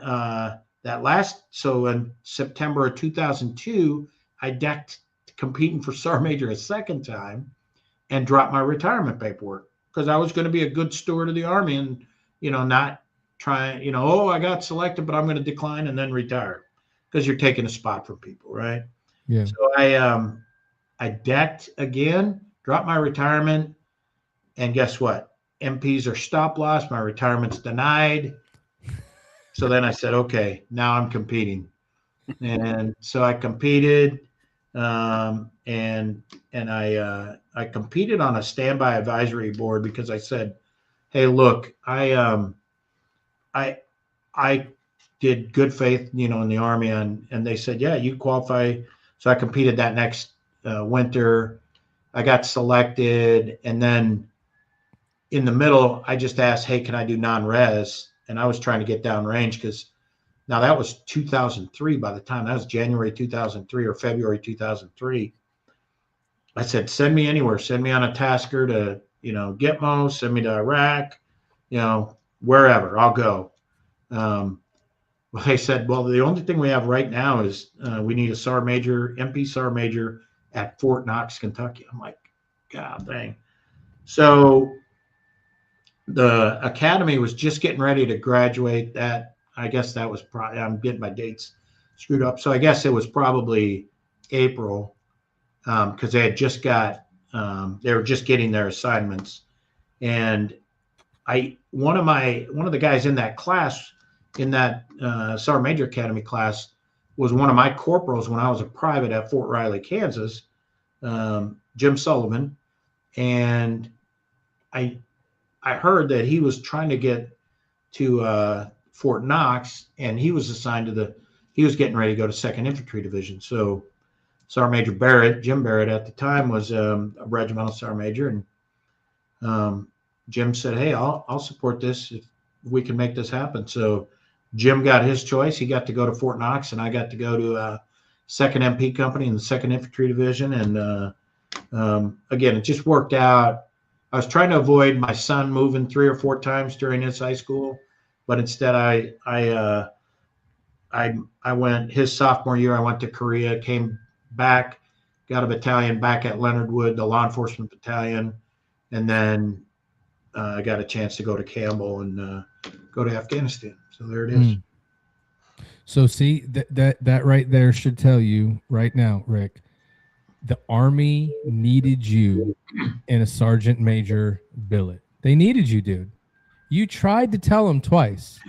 And when you wouldn't listen twice, they were like, we'll get him stop loss. No one can retire. You're like, okay, guys, I get the sign. I'll compete. But again, That's just it's the Cards way of saying that they needed you there. You know No, what I and mean? I feel so lucky because I got, again, my last shoot. Well, I do. I think of all my assignments as pretty darn lucky. But yeah, so again, Second Infantry Division. What a great assignment. You got all the camps north of Seoul, that all the MPs there, and we had a real mission. When you're ready to fight tonight, you got to be ready to fight tonight. And we got a chance to, that warrior. We called it Warrior University. Nice. Our young warriors, and it was a good place to be a warrior leader, a green tab leader. Yeah.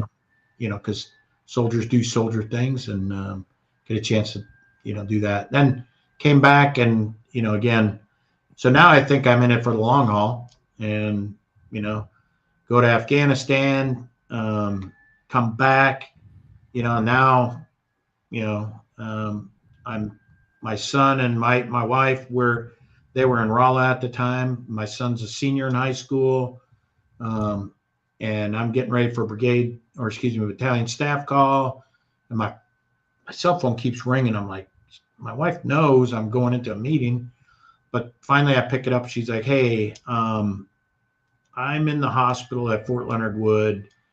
And long story short, I buzzed home that night, made a 6-hour trip in about 4 hours. And from there, she had cancer.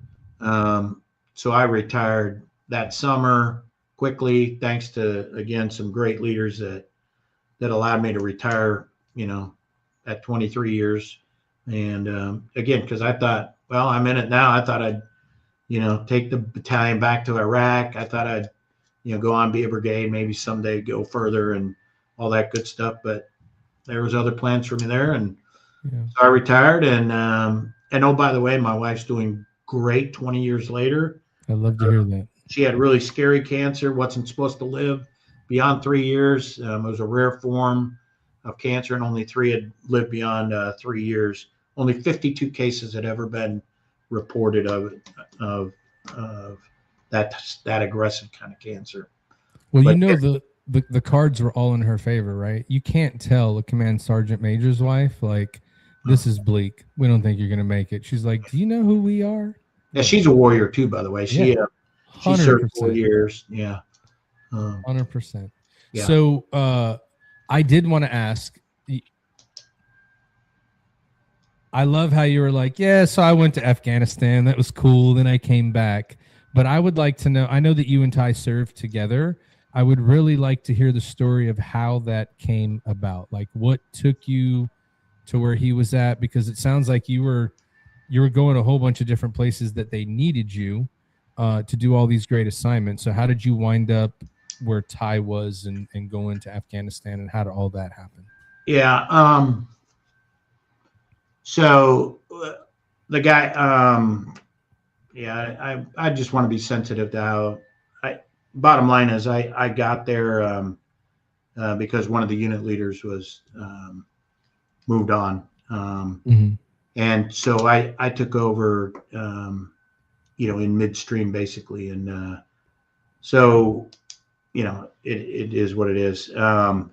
So then at that time, gosh, it was June of 2005. Yeah. And I'm in theater, and there I am. So, I'm probably dancing around that crazily, but yeah. No, that's okay. So you came in halfway through a deployment, right?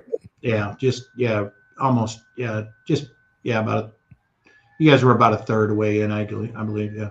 Yeah. A few months into it. But. So for all of our listeners that aren't getting what's going down, sometimes shit happens and people need to step in. Basically, that's what happened. So once you get there, like, what was it like getting there? Like, they were a third of the way through.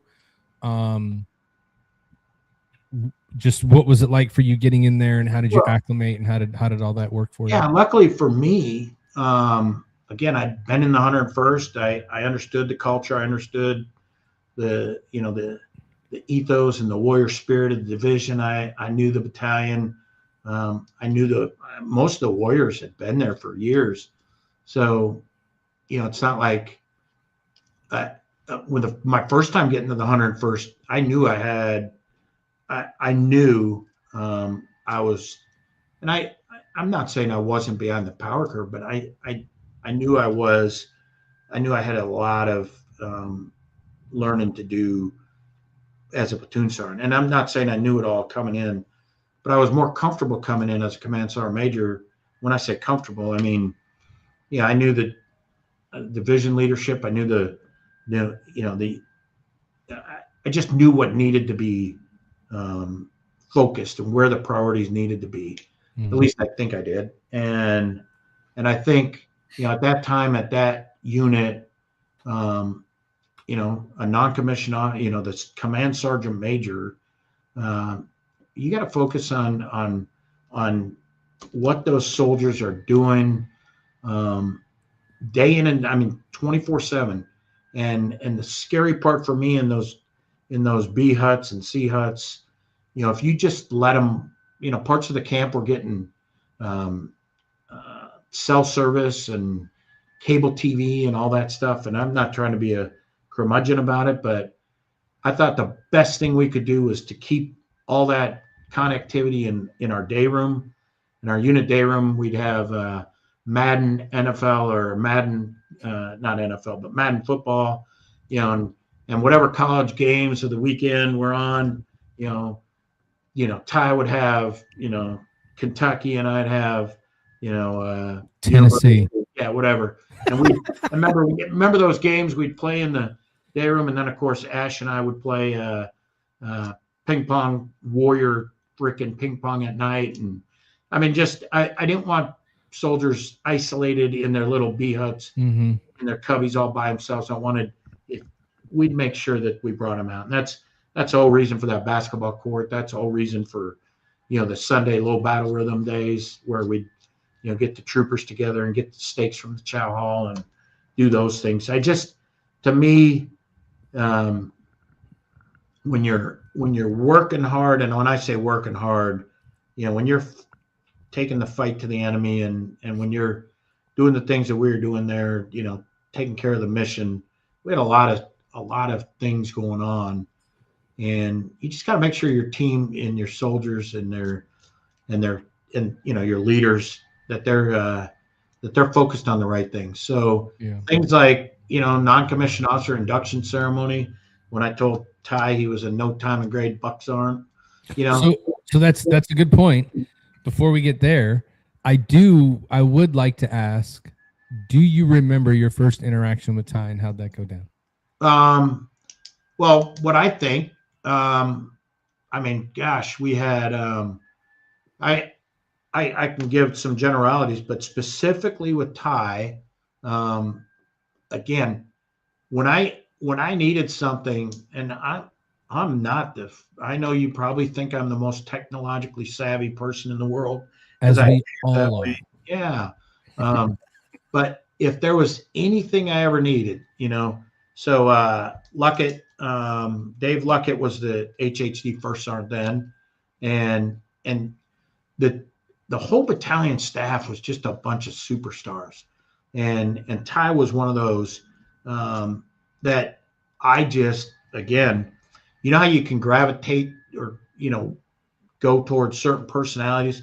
His personality was a young, cocky, confident warrior that liked being a warrior, and I love soldiers that love being warriors. So I would think my first interaction with him was he probably had to come and fix something that I effed up, but I do remember, besides the basketball stuff and the PT, all this, that, and the other, I just remember, instead of figuring out, I used to hear all kinds of excuses as to why people couldn't do things. Ty was always one of those that figured out ways to get shit accomplished. There you go. Ty, what about you? Do you recollect your first interaction? Well, yeah, it kind of goes to say, I'm making notes here. it kind of goes to say kind of the things we were talking about with the like the pre-interview. At that point, when he came to the battalion, we were doing split operations. So the command element of the battalion was out in Shindad Airfield, and we were landowners, and it was very officer centric. The officers were in charge of freaking everything, and we were split operations. So back at Bagram Air Base, they were like running missions with the BDOC. So, you know, who knows what all is going on there. And what's the B?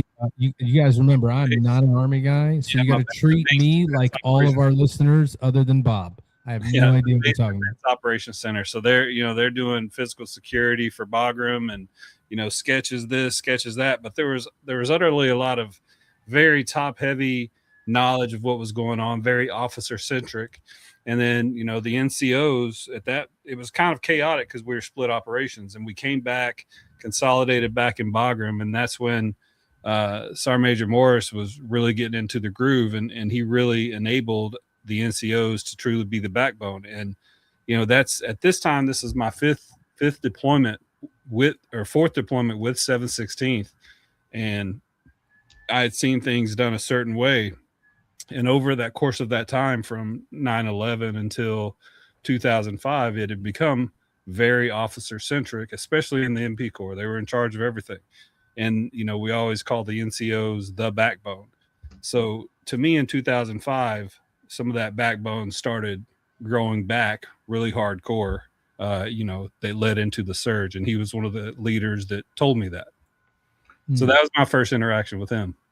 What I remember, the contrast. Well, I'll give you a couple examples of some challenges that I had coming in, and it's nothing against anybody. I'm not even going to mention, people's names, but I got to Campbell getting ready to launch forward to Afghanistan, and there was a National Guard unit that did law enforcement at Campbell, and they were getting ready to swap back out, get off active duty for their year deployment to Campbell, and there was this young specialist that they were talking about awards and Article 15s, and this kid was going to get an Article 15 and not get an award, because what happened was he was on patrol, and back on patrol at Fort Campbell on the weekends, you'd have to also be a animal control.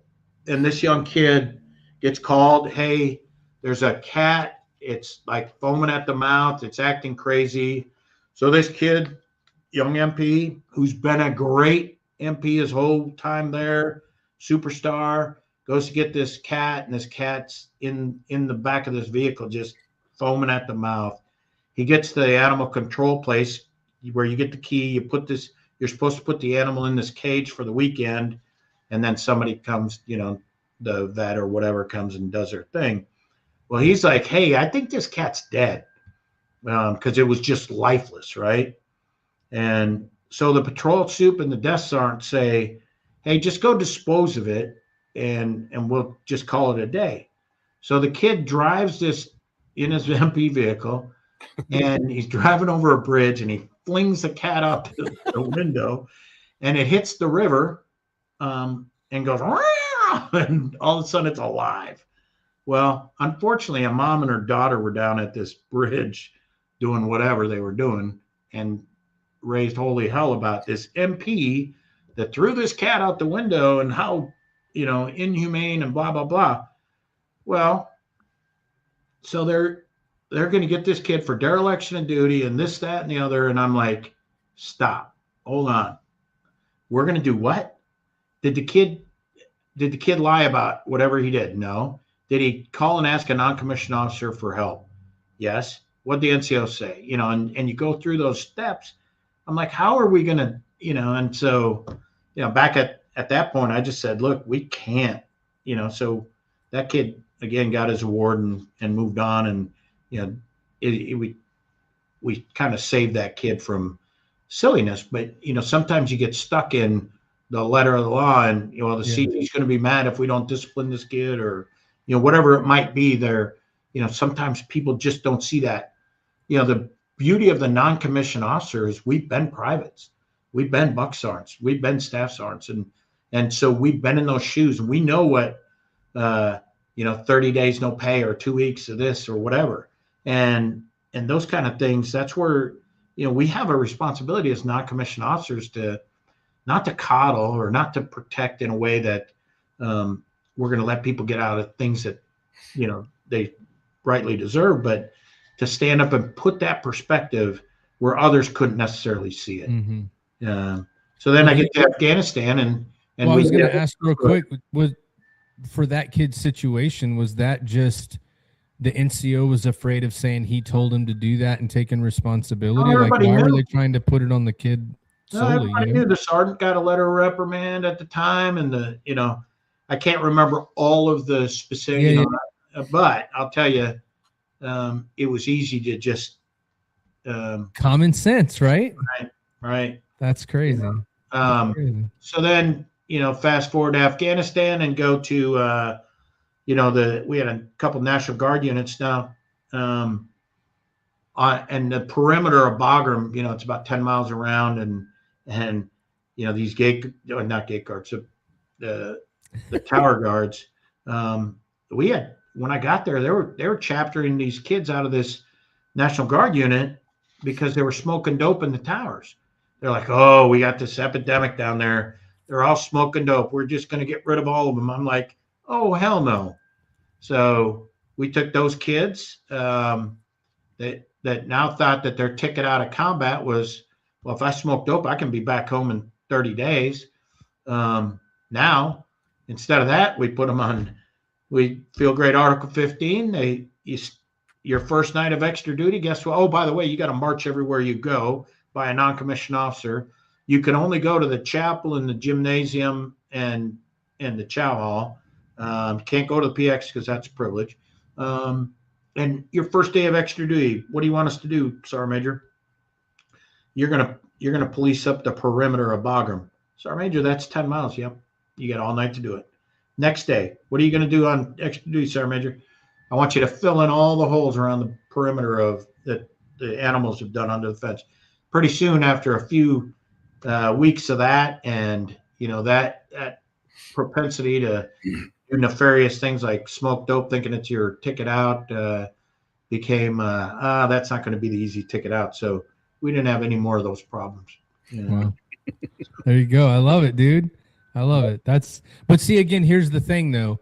At the end of the day, when you have, and that's kind of what I was kind of asking you a little bit ago, is like looking at the difference. And when you came in the 80s and going through the 90s and then getting into, the 2000s after 9/11, you see this shift from, let's find the easy way out, or let's not, take responsibility as the leader for things. Let's not, look at it from a common sense lens. That's kind of, all of those things separately could be very, very minute in the scheme of things, right? It could be very small incremental things that really wouldn't matter over here, but when you sprinkle them everywhere, it now turns into, we were all junior sailors and junior soldiers, right? If you find out all you gotta do is smoke dope in the tower, dude, do you have any?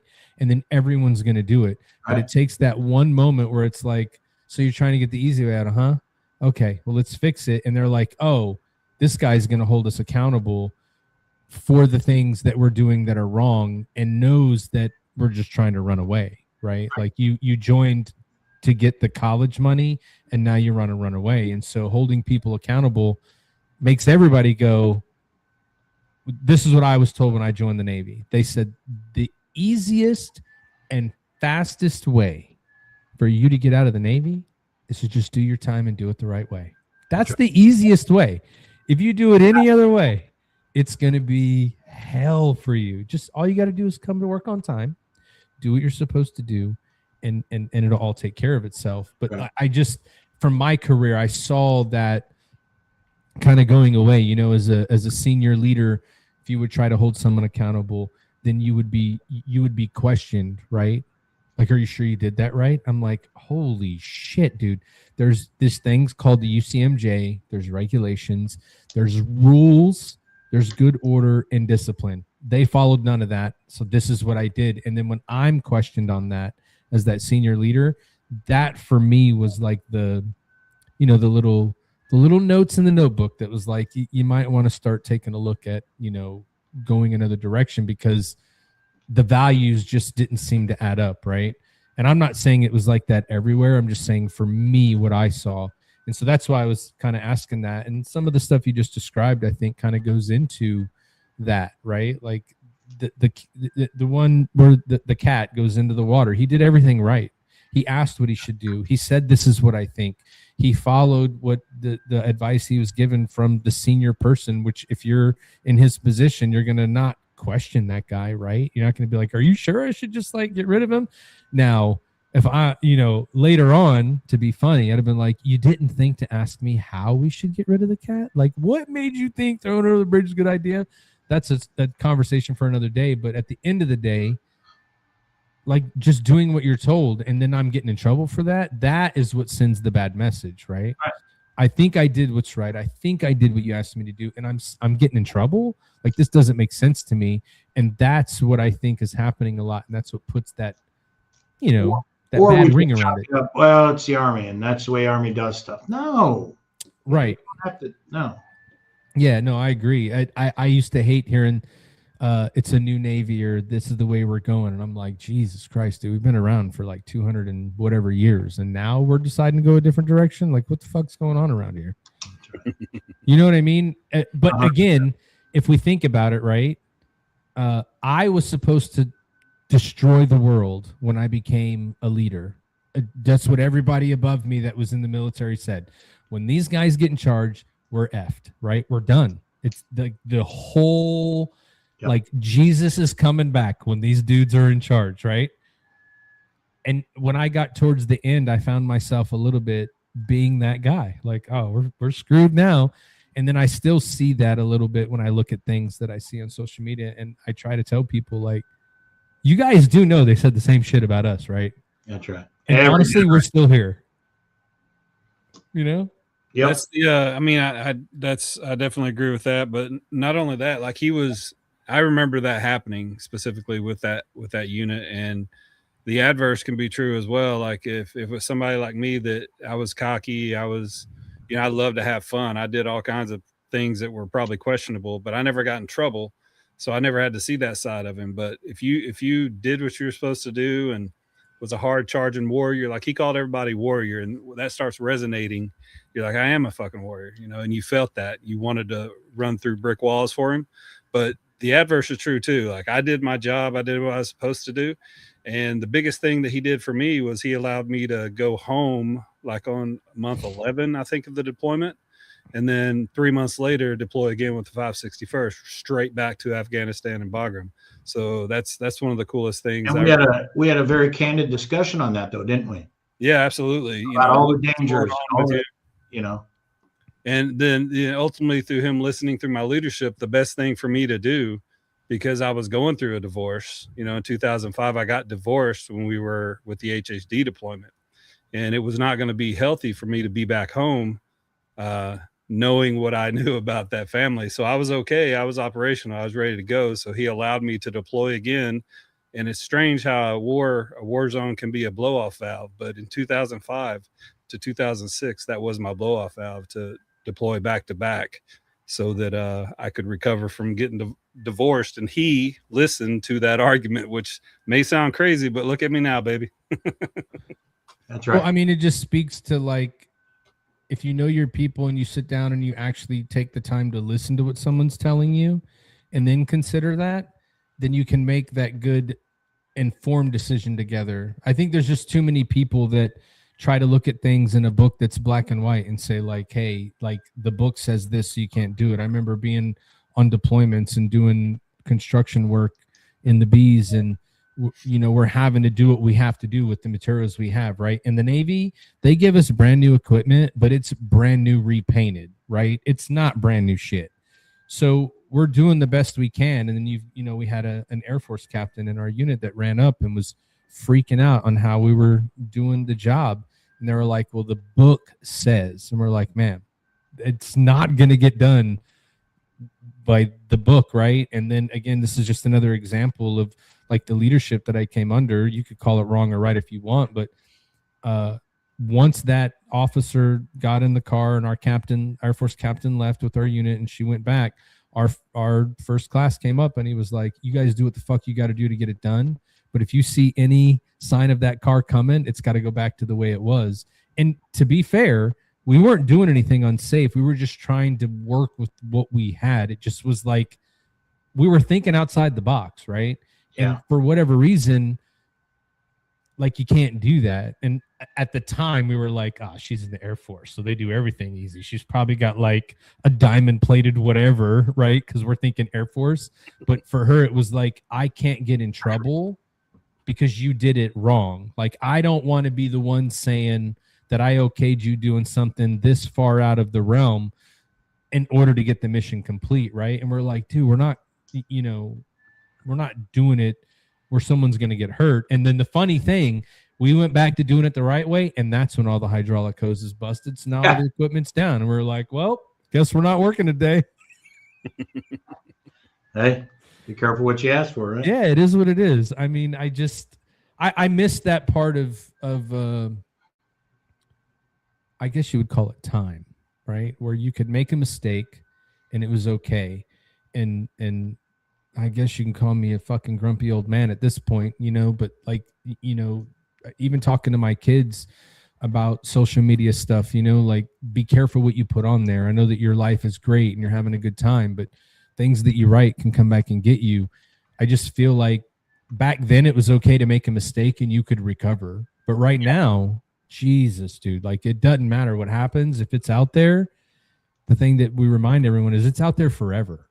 Like you can never, like, I am so glad that this shit didn't exist when I was their age, because I wouldn't be able to recover and the stuff wasn't even that bad. But when you look at it today, it was, that bad. And so I wish we could get back to that point where we told people it was okay to make a mistake. It's okay for you to do things wrong, like owning a business or doing entrepreneurship. I know you own companies. The only way you're going to learn how to do that right is to mess up. It's the only way to do it. If everything works, you really don't know what it means to own a business then. Like, you have to go through the suck in order for you to become successful. It's just how it works. Huge. Yeah.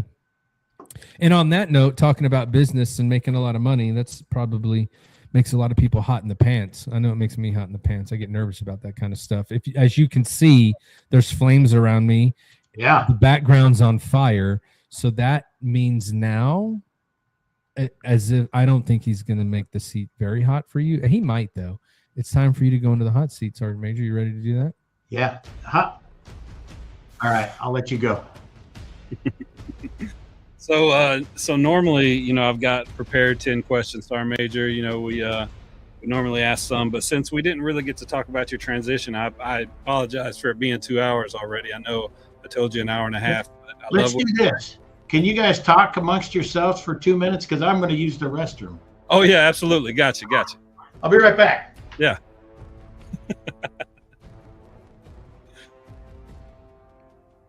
Yeah, boy.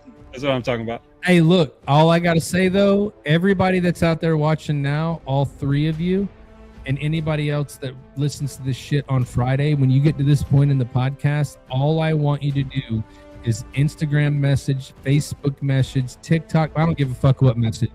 YouTube.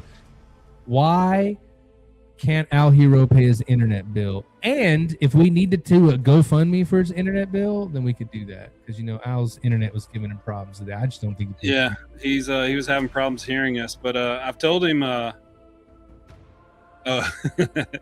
He's got it. He texted me earlier, but so Al, let's see. Okay, Al sent me his pics. I told him send me his pics separately, so that pick the same. I'm saying, look, Al, I will help you with the internet. And doesn't White Mike do like fucking data cables or some shit? Yeah, like, how is your internet not awesome, bro? That's all. White Mike, please go help your brother out. Redo his Cat 5 cable. You guys are like boys. He's your dude. Make sure that dude's got good internet. Yeah. All right. I think we might need to Christmas gift him a new fucking computer. Your bladder gets smaller too, by the way. I've been in meetings all day. I've been sucking down Diet Mountain Dews all day, so I ain't gonna lie, I'm only 50 now, and you know I got to use the bathroom too. So I think it's funny as hell that you had to. That's cool as hell though, because you know we'll get started with the hot seat. Let's do it. Normally the hot seat is you know I ask a bunch of crazy questions, but since we didn't get to talk about your transition, tell me a little bit about what you're doing now. Don't talk about. I didn't transition. Transition out of the military. There you go. All right. So say that again. I'm sorry. Talk a little bit about your transition out of the military and what you're doing now. Yeah, you bet. Actually, through the Association United States Army, I was at an AUSA meeting. Well, a few of them. Long story short, is a local business owner and I became good friends, working together on a bunch of things. And he asked me to be his director of operations. And at that time, he had 5 hotels right here outside of Fort Leonard Wood. And so again, he wanted to expand his company and go to other places and do the things he was doing. So we operate 5 hotels, now 4 hotels outside of Fort Leonard Wood. And a couple of years into that, we had an opportunity to invest in a multifamily apartment complex. There wasn't a real updated complex here. So we built a gated apartment complex called Liberty Park Apartments.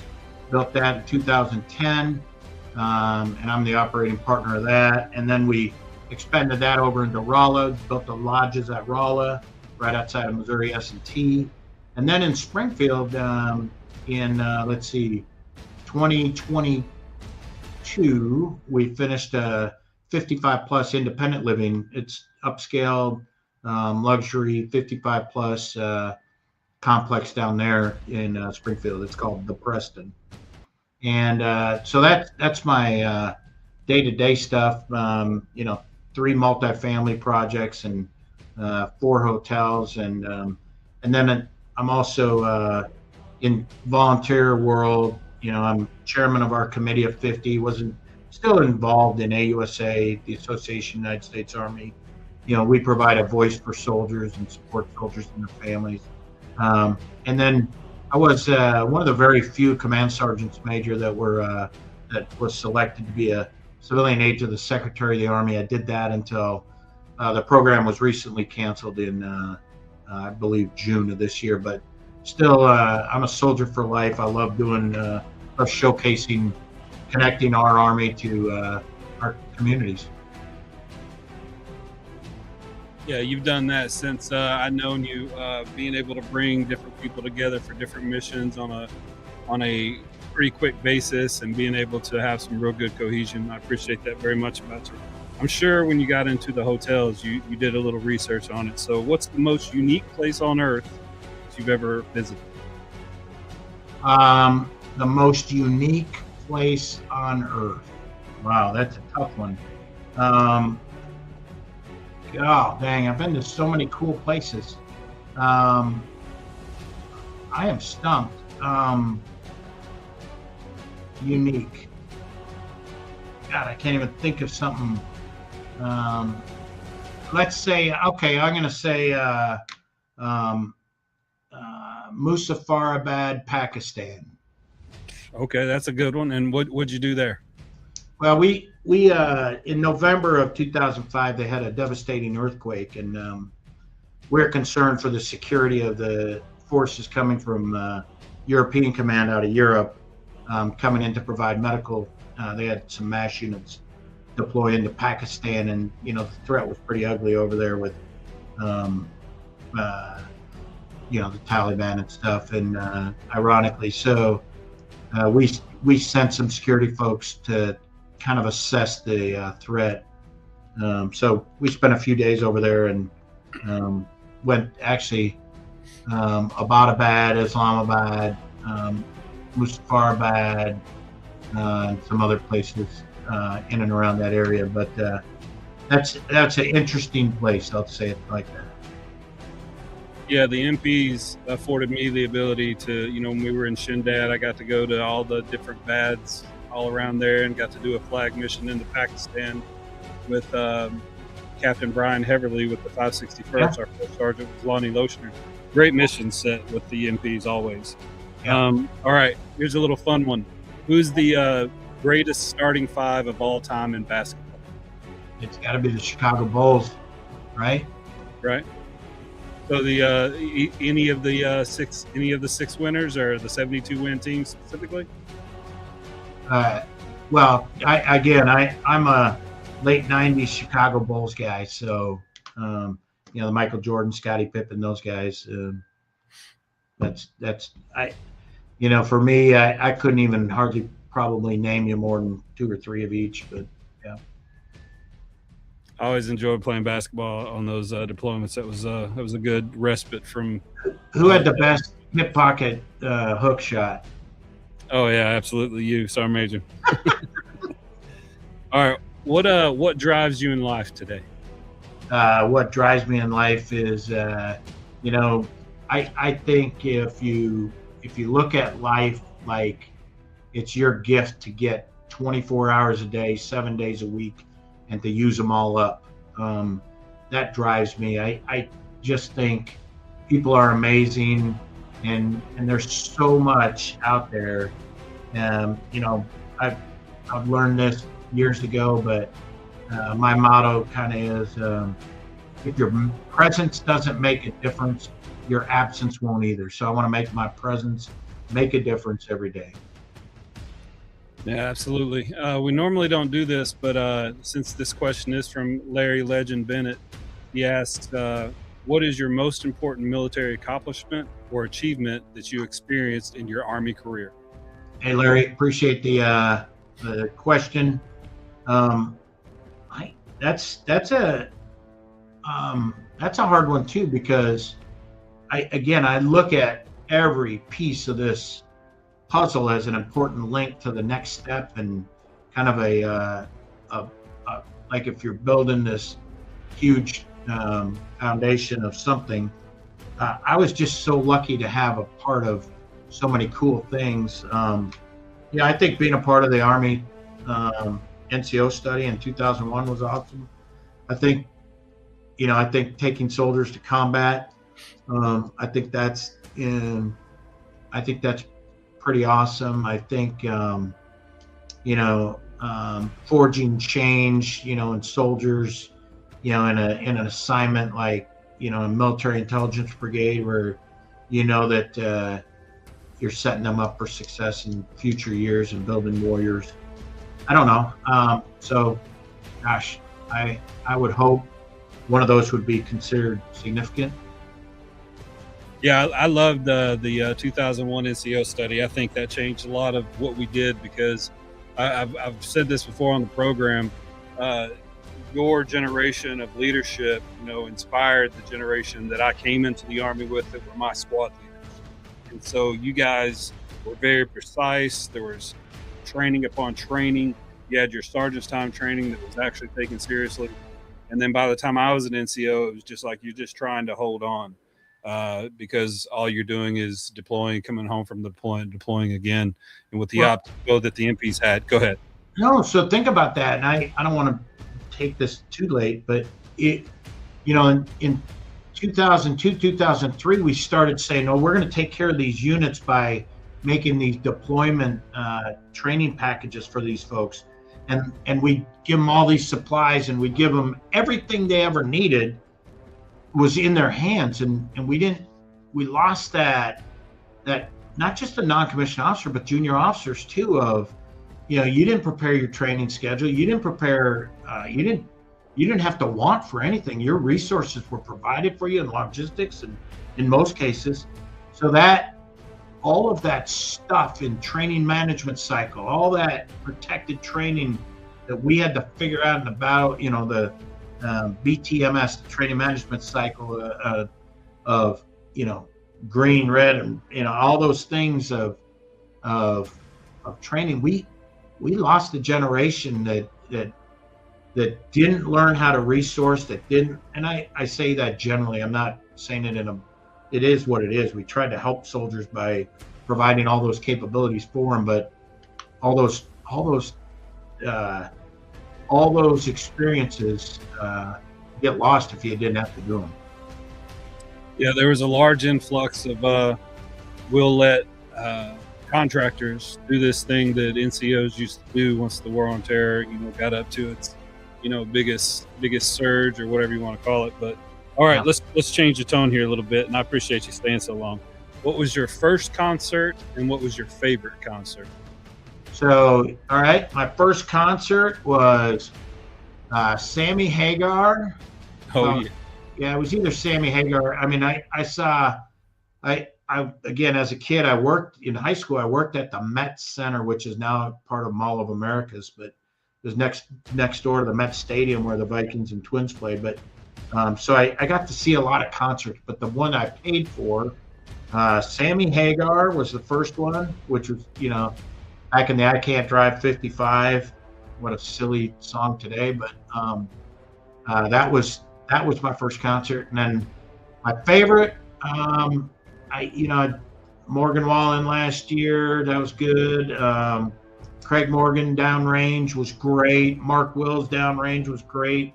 The Downrange concerts always have kind of a special place in my heart because it always just makes you feel like you're kind of that little part back home. And, Kenny Thomas, Craig Morgan, Mark Wills, those guys, they're always great.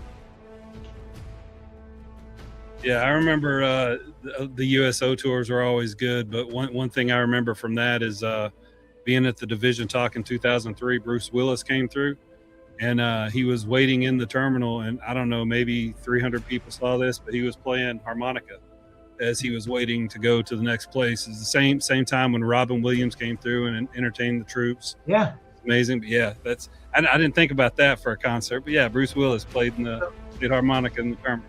That's what I say, when you see people making a difference, right? Yeah, absolutely.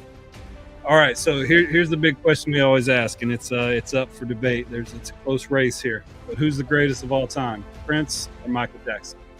Well, I'm a Minnesota boy. I love some Michael Jackson, but he's from Gary, Indiana. Prince, I just think, you go on from Purple Rain, to Raspberry Beret, whatever you want. I love me some Prince, so I got to stay.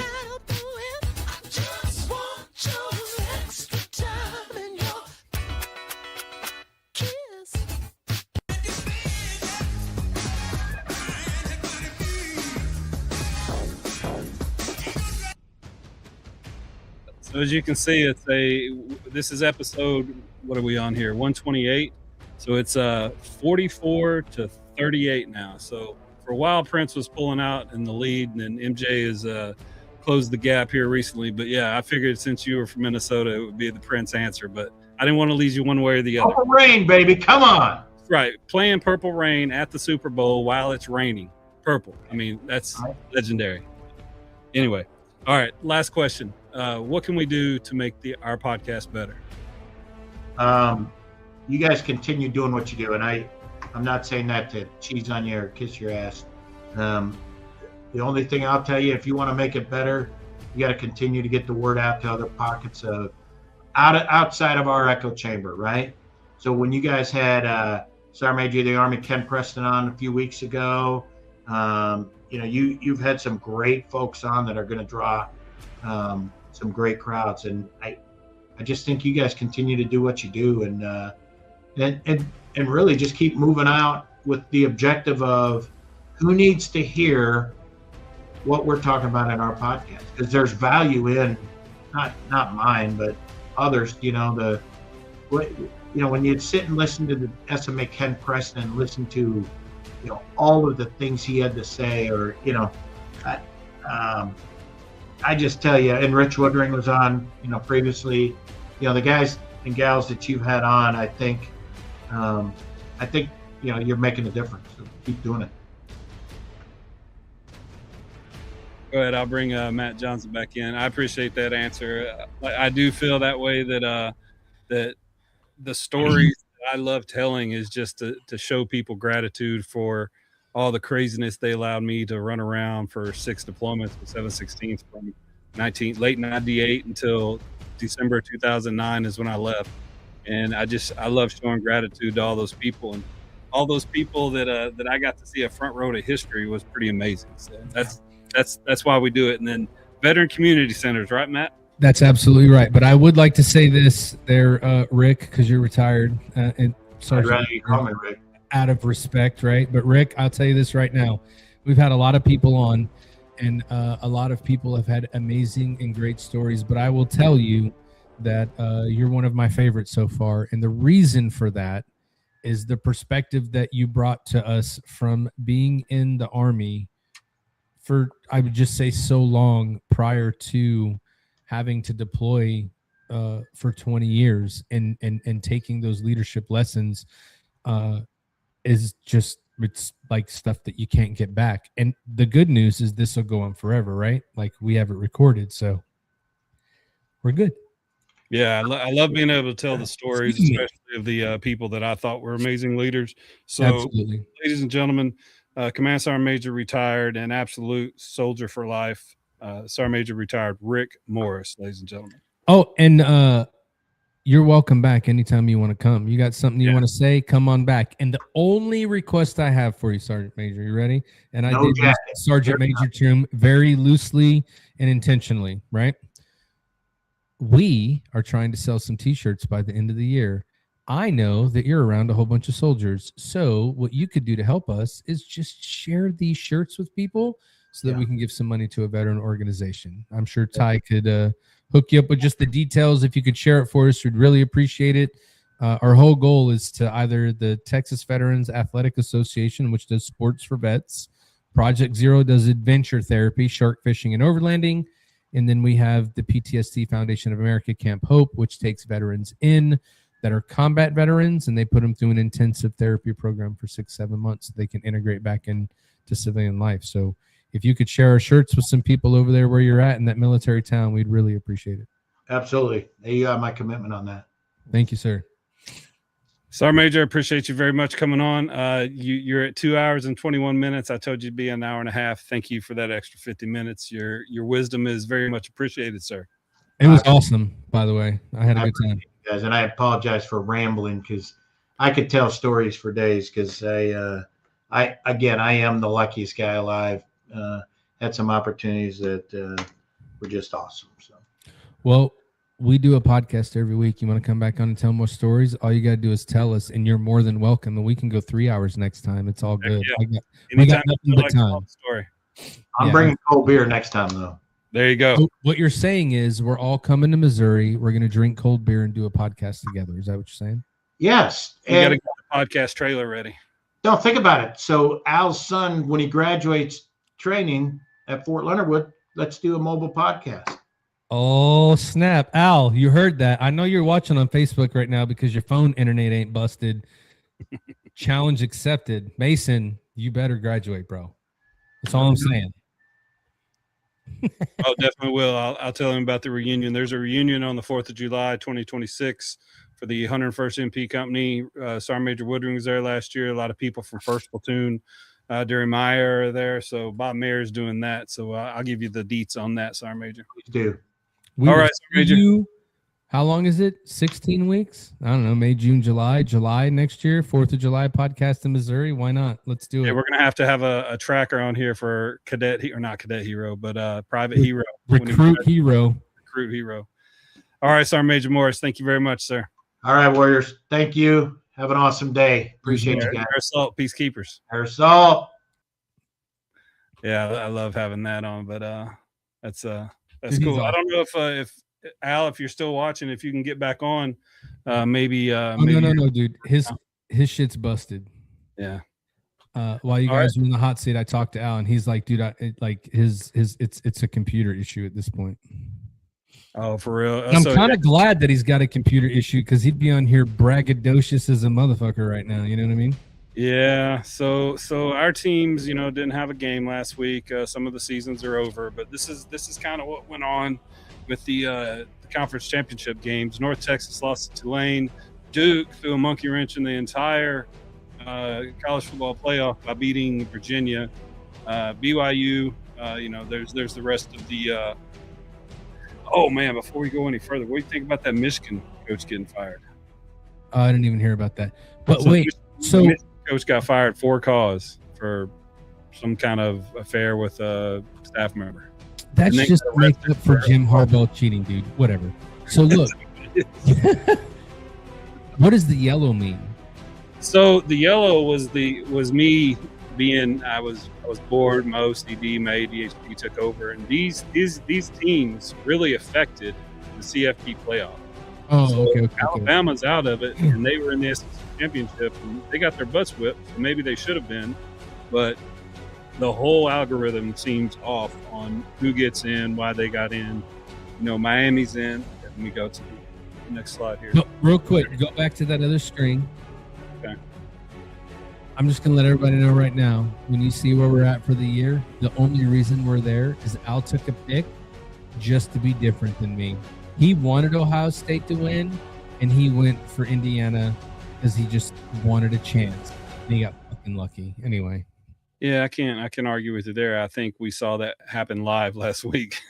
Yeah, but again, so let's go to this thing. Pull this thing up, man. All right, here we go. So James Madison is in and Tulane is in. yeah, but prior to this week, all the talk in college football was that only one Power 5 team was going to get in. Only one. Now 2 are in, dude. Yeah. So 2. the ACC team that won the ACC championship, Duke, is not in the college football And playoff. also, how do you lose the SEC championship game and still make the playoff? How do you lose the SEC championship game? Yeah. Because you were the number 1 seed, and then you go down to be the number whatever. Yeah. SEC, bro. SEC. Yeah, SEC. Southeastern Georgia Conference. lost. Right. That'd be Alabama and Georgia. Right. Alabama loses, gets their ass kicked. They're still in because everybody loves Alabama. However, They were number 5, right? Huh? They were number 5 in the Yeah, but who cares? You lost the championship game. Again, Texas A&M wasn't even in it. I think A&M should have been in that game.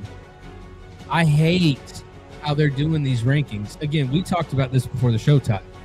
How the hell is Duke in the ACC championship game? Because they scored more points than other people. They had I think you said the 5th or 6th best record in the conference. They're in the game. What happened to best record, plays each other, let's find out who's the best? Yeah, Like it's ridiculous. in the ACC, Virginia had the best record. SMU, Miami, Pittsburgh, Georgia Tech, and then Duke. But Duke won. Duke had a 6-2 record. All these other teams had 6-2. Yeah, but they're looking at the in-conference, Yeah, right? I get it. They're looking in conference. right. They suck, dude. Who'd they play in conference? Because Exactly. it wasn't Pitt, right? And it wasn't Miami. And it wasn't the other teams that are way better than them, right? They scheduled a soft schedule, whatever. It just, the whole way they're doing this thing is if we put 12 teams in the playoff, it's going to be better for everybody. In my personal opinion, this shit is worse than when they did the BCS and you just pick 4 fucking teams. Because now that you have 12 people to pick, like, go back to the screen. If you're looking at the screen right now, there's 1, 2, 3, 4, 5 SEC teams. Really? Really? Now, number 1, A&M should play Georgia for the SEC title because they were the 2 fucking best teams in the league this year. Tulane winning their Power 5, I think, should have got them in. I do. Oregon, they didn't play for shit, so they shouldn't be in that, right? But now we're going off their ranking because some coaches voted for them to be good. Like, maybe they should do this shit the way basketball does it then for this 12 teams, right? Put this shit in fucking lottery and let's go. You know what I mean? Because Well, I think they're Ole going to go. Miss shouldn't be there. Why is Ole Miss in the playoff? Their coach quit and went to LSU. They're going to get their ass beat by, we're going to pick the games in a minute, but they're not going to win that game. They don't have their coach. They're done. Yeah. Well, I mean, Ole Miss they're keeping Charlie Weiss Jr. as their OC. So Yeah, good for they'll him. be running the same plays. So But he's not Lane Kiffin, shit-talking Lane Kiffin that encourages defensive players to take a break during the middle of the game to lose momentum for the other team. You know what I mean? It's just the whole thing. that's I'm going to be your rolling coach this James year. Madison in Tulane, bro. after A&M. Just saying. Yeah. I don't like this. I think it's bad. Texas A&M is going to make some noise, but they may run into a real hardcore team in Ohio State. Yeah, but I thought Ohio State was super hardcore, and then they let a basketball school beat them, bro. Get out of here. Well, we both know that for the last 2 years, Indiana's not been a basketball school. I'm just saying, Gene Hackman was on the sidelines with all those dudes in shorty shorts and Converse, and they were cheering Indiana on this weekend, bro. That's all I'm telling you. They did not get caught watching the paint dry for sure. No, they didn't. So anyway, that's this is how you guys finished up last week. You were 3-2. I was 4-1, so we drew to a tie with you, and I was 2-3, so I'm still 20 games back. So yeah, got 1 game. Left. Holy shit! We got 1 week left in the regular season, and then we're gonna have to. You guys are gonna have to pick the Army-Navy game, and I came up with a couple different ways to do a tiebreaker, but I think the easiest one is just pick total points for Army-Navy. So first of all, who do you got in the Army-Navy? I'll go first. I'm picking Army. The fucking Navy's winning, bro. Listen, I don't give a shit what the record is for Army or Navy. I'm going to let everybody on this podcast watching right now, listening on Spotify, Apple, Amazon, wherever we're at, I'm going to let all you guys know there is not one effing year that I'm ever going to pick the Army. Go Navy, beat Army every fucking year. Like, I have no choice, dude.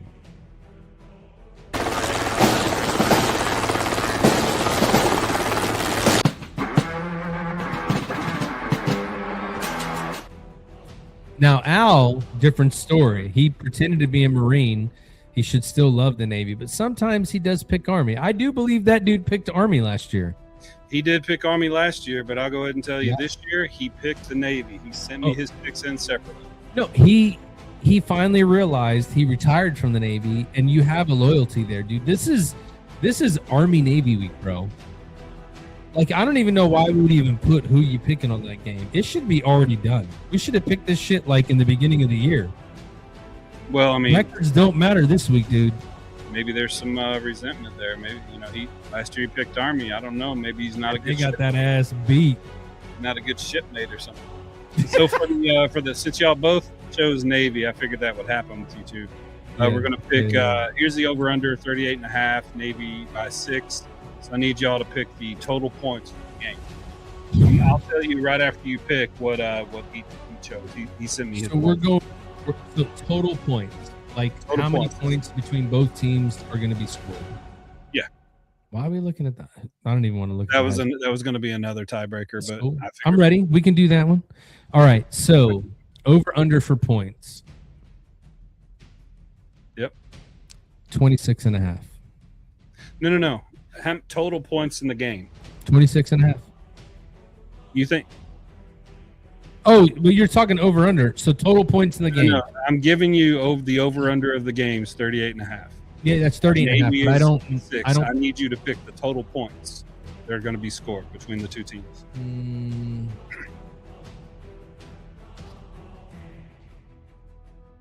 42.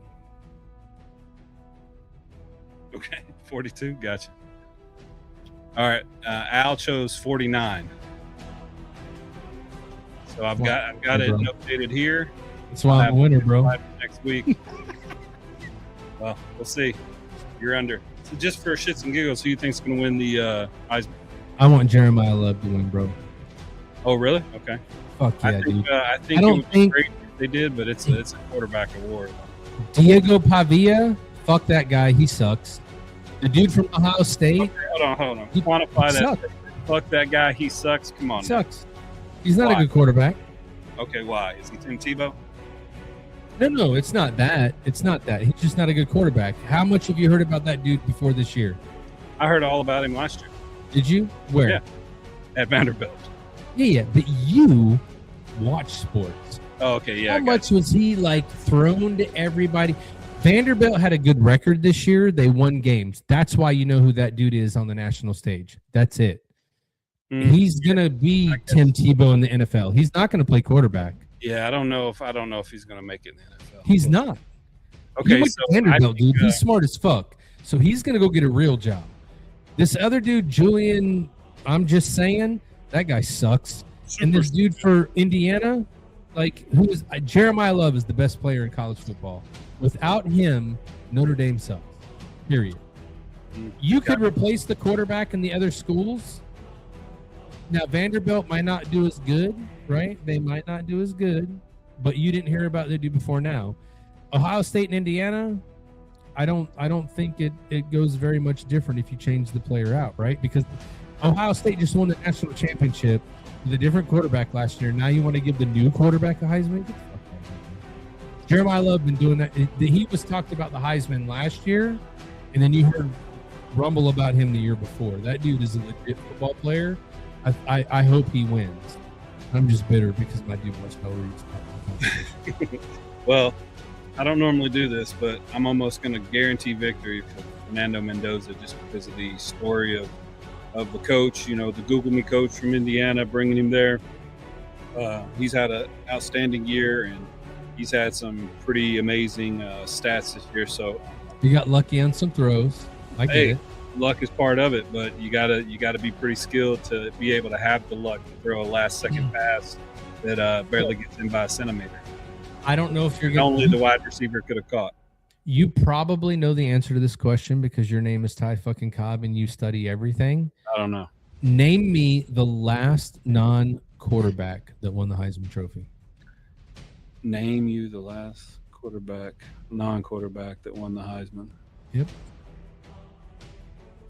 I remember a bunch winning back in the day. Rashawn Salam, all those guys. No. The last quarterback. The last non-quarterback. Yeah, I know it's in my brain. I know what I'm searching for. Sorry.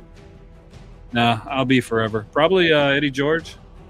Hold on. I'm going to look it up while you're thinking. Yeah, probably Eddie George. No, it had to be somebody before that. Or after that. Yeah, it had to be, but I can't remember. All right, so the last non-quarterback to win the Heisman was Devontae Smith from Alabama in 2020. Oh, and was he a running back? He was a wide receiver. Yeah, okay, I was going to say, yeah. In 2020, right? I'm guaranteeing victory for Mendoza.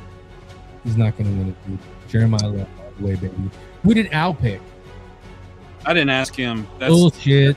Actually part of the tiebreaker. I just didn't ask you him. just told me that was the second tiebreaker. I was like, I'm going to win. The second tiebreaker with the points, man. Okay. So CFP, got anything more to say about that, or is Dude, we'll pick those games next week? You know what? I'm ready to pick the games for next week, but I'm gonna tell you this. I feel like college football is now minor league baseball, right? This is why I say that. I am tired of watching games and every fucking player that makes a play, oh, the transfer from this school and the transfer from that school, and he went there. These college athletes are running for money, right? They're running for money. Why the fuck are we paying them all this money to go play college football where they're supposed to be getting an education? And I know some of you are going to hate and you're going to fucking tell me that football makes all the money and all this bullshit, but there's other student athletes there, right? So if you're a student athlete, NIL budget should be distributed between everybody. This is kind of like bowl games. If you get into a BCS bowl, which is now like those big four bowls, Cotton Bowl, Sugar Bowl, Fiesta Bowl, and you get $30 million, every athlete in the school should share in that.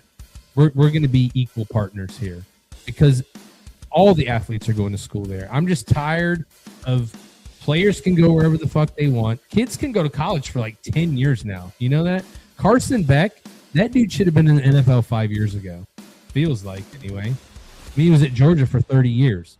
So college football is just becoming the minor leagues, dude. It is not – it's fun to watch still because it's football, but the principle behind all of that shit is just crazy. Coaches are leaving. They're spending all this money to the next school to bring kids with them. That just makes it the NFL, dude. I just it's a turnoff, man. It takes away kids back in the day were playing college football to make it to the pros. Now they're playing in high school to be really good to make NIL contracts. It's stupid, dude. I don't like it. Yeah, I'm. It breaks my heart that at this point we're getting to the point now to where kids are going to be sued when they leave schools now because nobody's going to want to pay them that money if you know if some school has an agreement that you come here and we're going to pay you this amount of money, you take that money and then you leave after a year. Now kids are starting to get sued for that.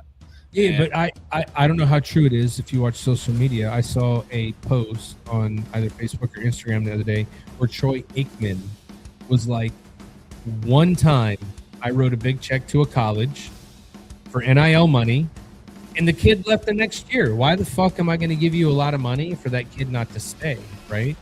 The whole deal is like, we're going to bring you here and you're going to play better. Like, granted, my dude Concepcion at A&M is the fucking man, but he was a transfer too.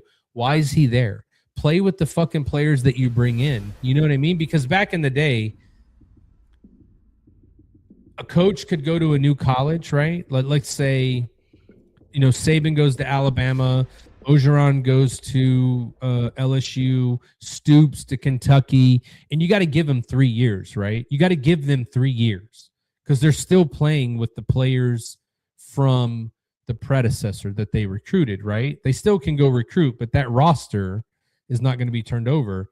Fuck that, man. If I'm a college booster, I'm like, you got 1 year, bro.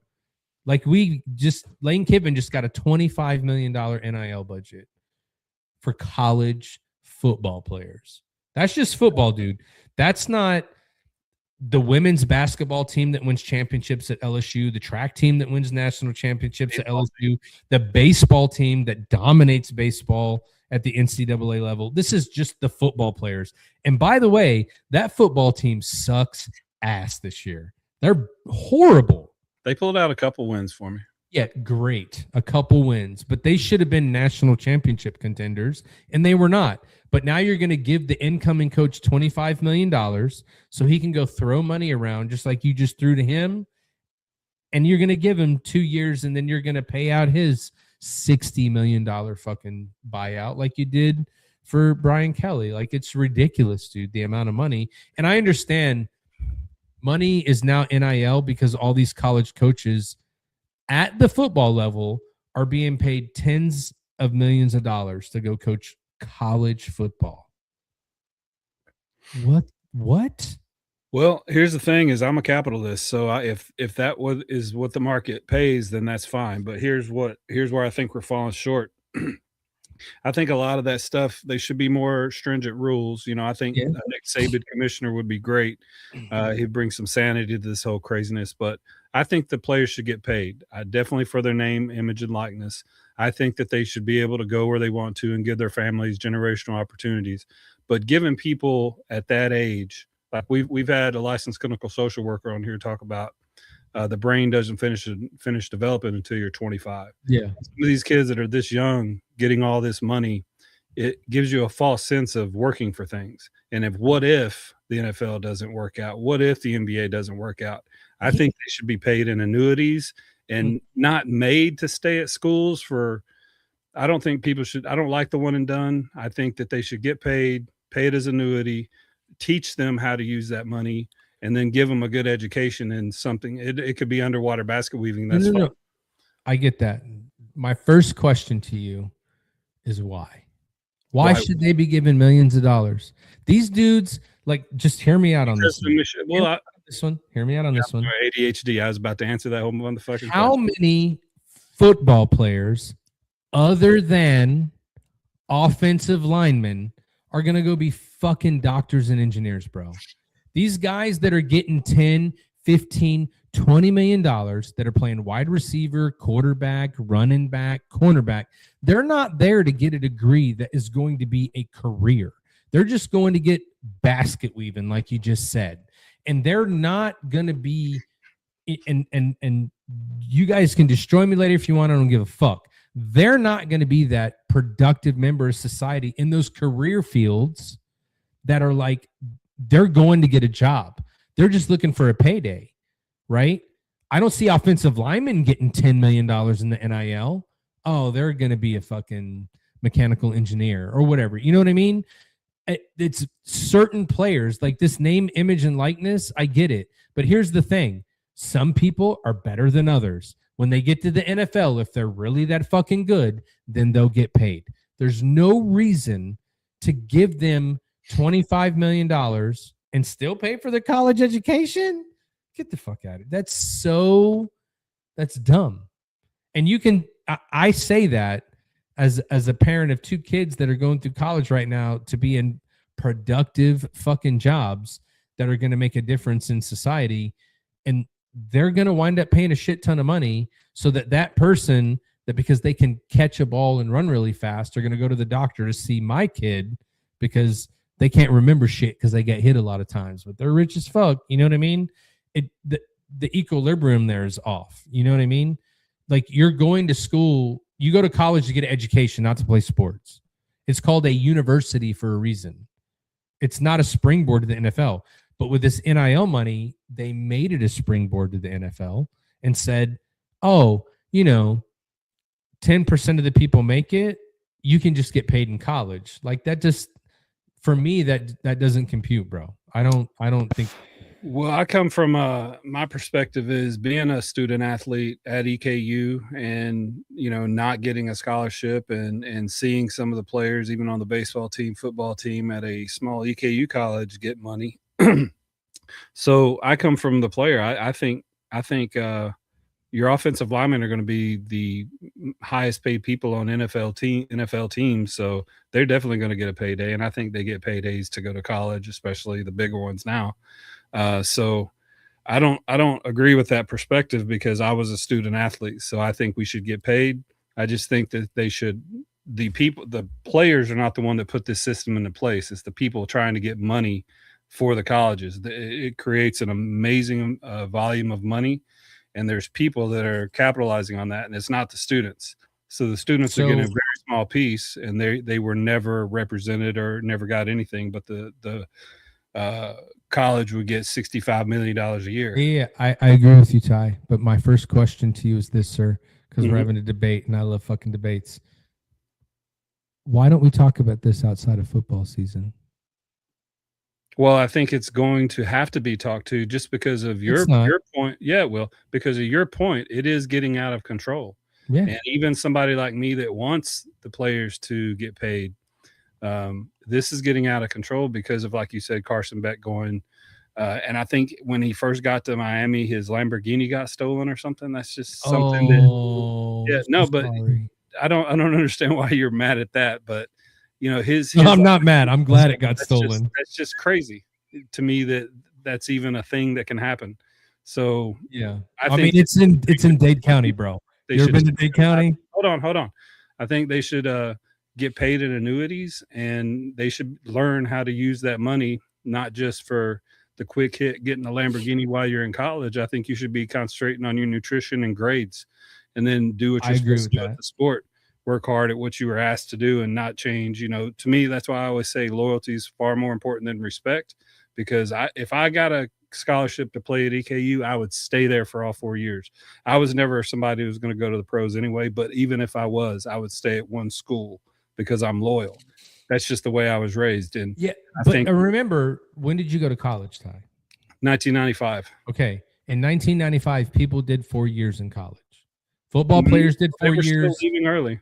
Baseball players did 4 years. Basketball players. But in 95, for someone to leave early, it was Patrick Ewing who was going to be the number 1 pick in the draft. It wasn't the motherfucker riding the bench that thinks he's good. You know what I'm saying? Right at the end of that, that's when Sean Kemp went straight from high school. Kevin Garnett, Kobe Bryant, everybody started going straight from high school. LeBron James. All 3 killers. All 4 killers. 3. Yeah, absolutely. But I mean, Brown sucked. I'm just saying, I had to throw it in there. Right. That is what made this lucrative environment even possible to where kids can get paid. Yeah, but remember, hold on real quick. You just named 4 basketball players. All the money is given to the football players, bro. Unless you play basketball at Kentucky or Indy. You know what I mean? Like, to me, the equilibrium for this is off, right? So if I look at this year, let's just take it year by year. And LSU is one of those teams that I follow, right? My wife is a New Orleanian. LSU is in their blood. Their football team is fucking garbage, dude. But their baseball team just won the national championship last year, and they're going to be fucking good this year too.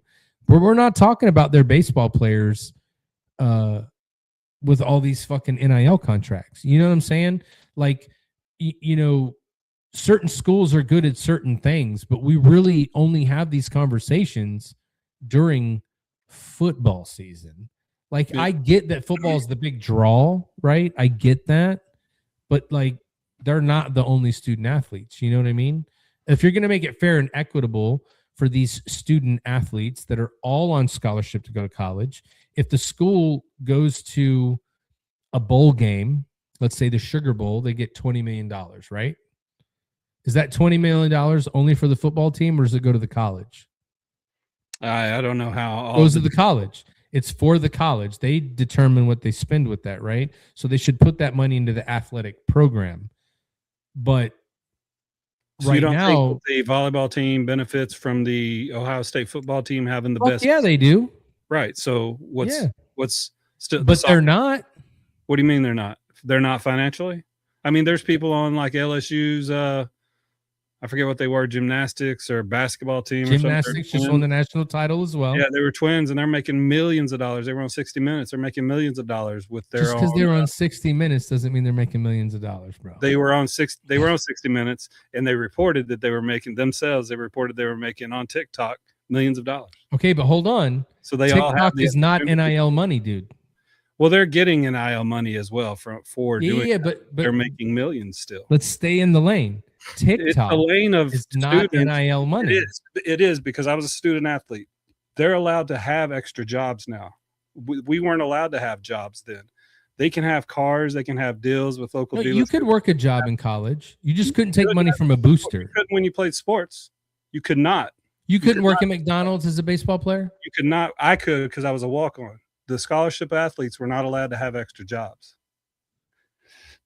That's why, and they weren't allowed to accept meals from boosters. Eric Manuel got in trouble for accepting money from boosters for like $2,200 or something like that is what it started out with. Now people are getting paid millions. So that's what I'm saying. We just made that. Hold on, listen to my point too, though. If you're going to make your points, you got to listen to mine. Yes, sir. The schools were making millions and millions of dollars from the 80s, 90s into the 2000s with the students making nothing. So now it's got way out of control, I agree, but those students deserve to make that money, just not in the way they're making it. It just doesn't make sense the way it's set up by their financial advisors. I don't agree with lump sums, but them making money because of the ratios they bring into the college. So let me ask you this question. Name me one college football player that they're the reason tickets are sold at that university. I mean, Johnny Manziel at Texas A&M. No. Current college football player. Someone that gets NIL money. I mean, Carson Beck sold tickets at Miami. They don't go to watch Carson Beck. They go to watch the Miami Hurricanes. Sold tickets in Indiana. He came from, I think, Cal. No.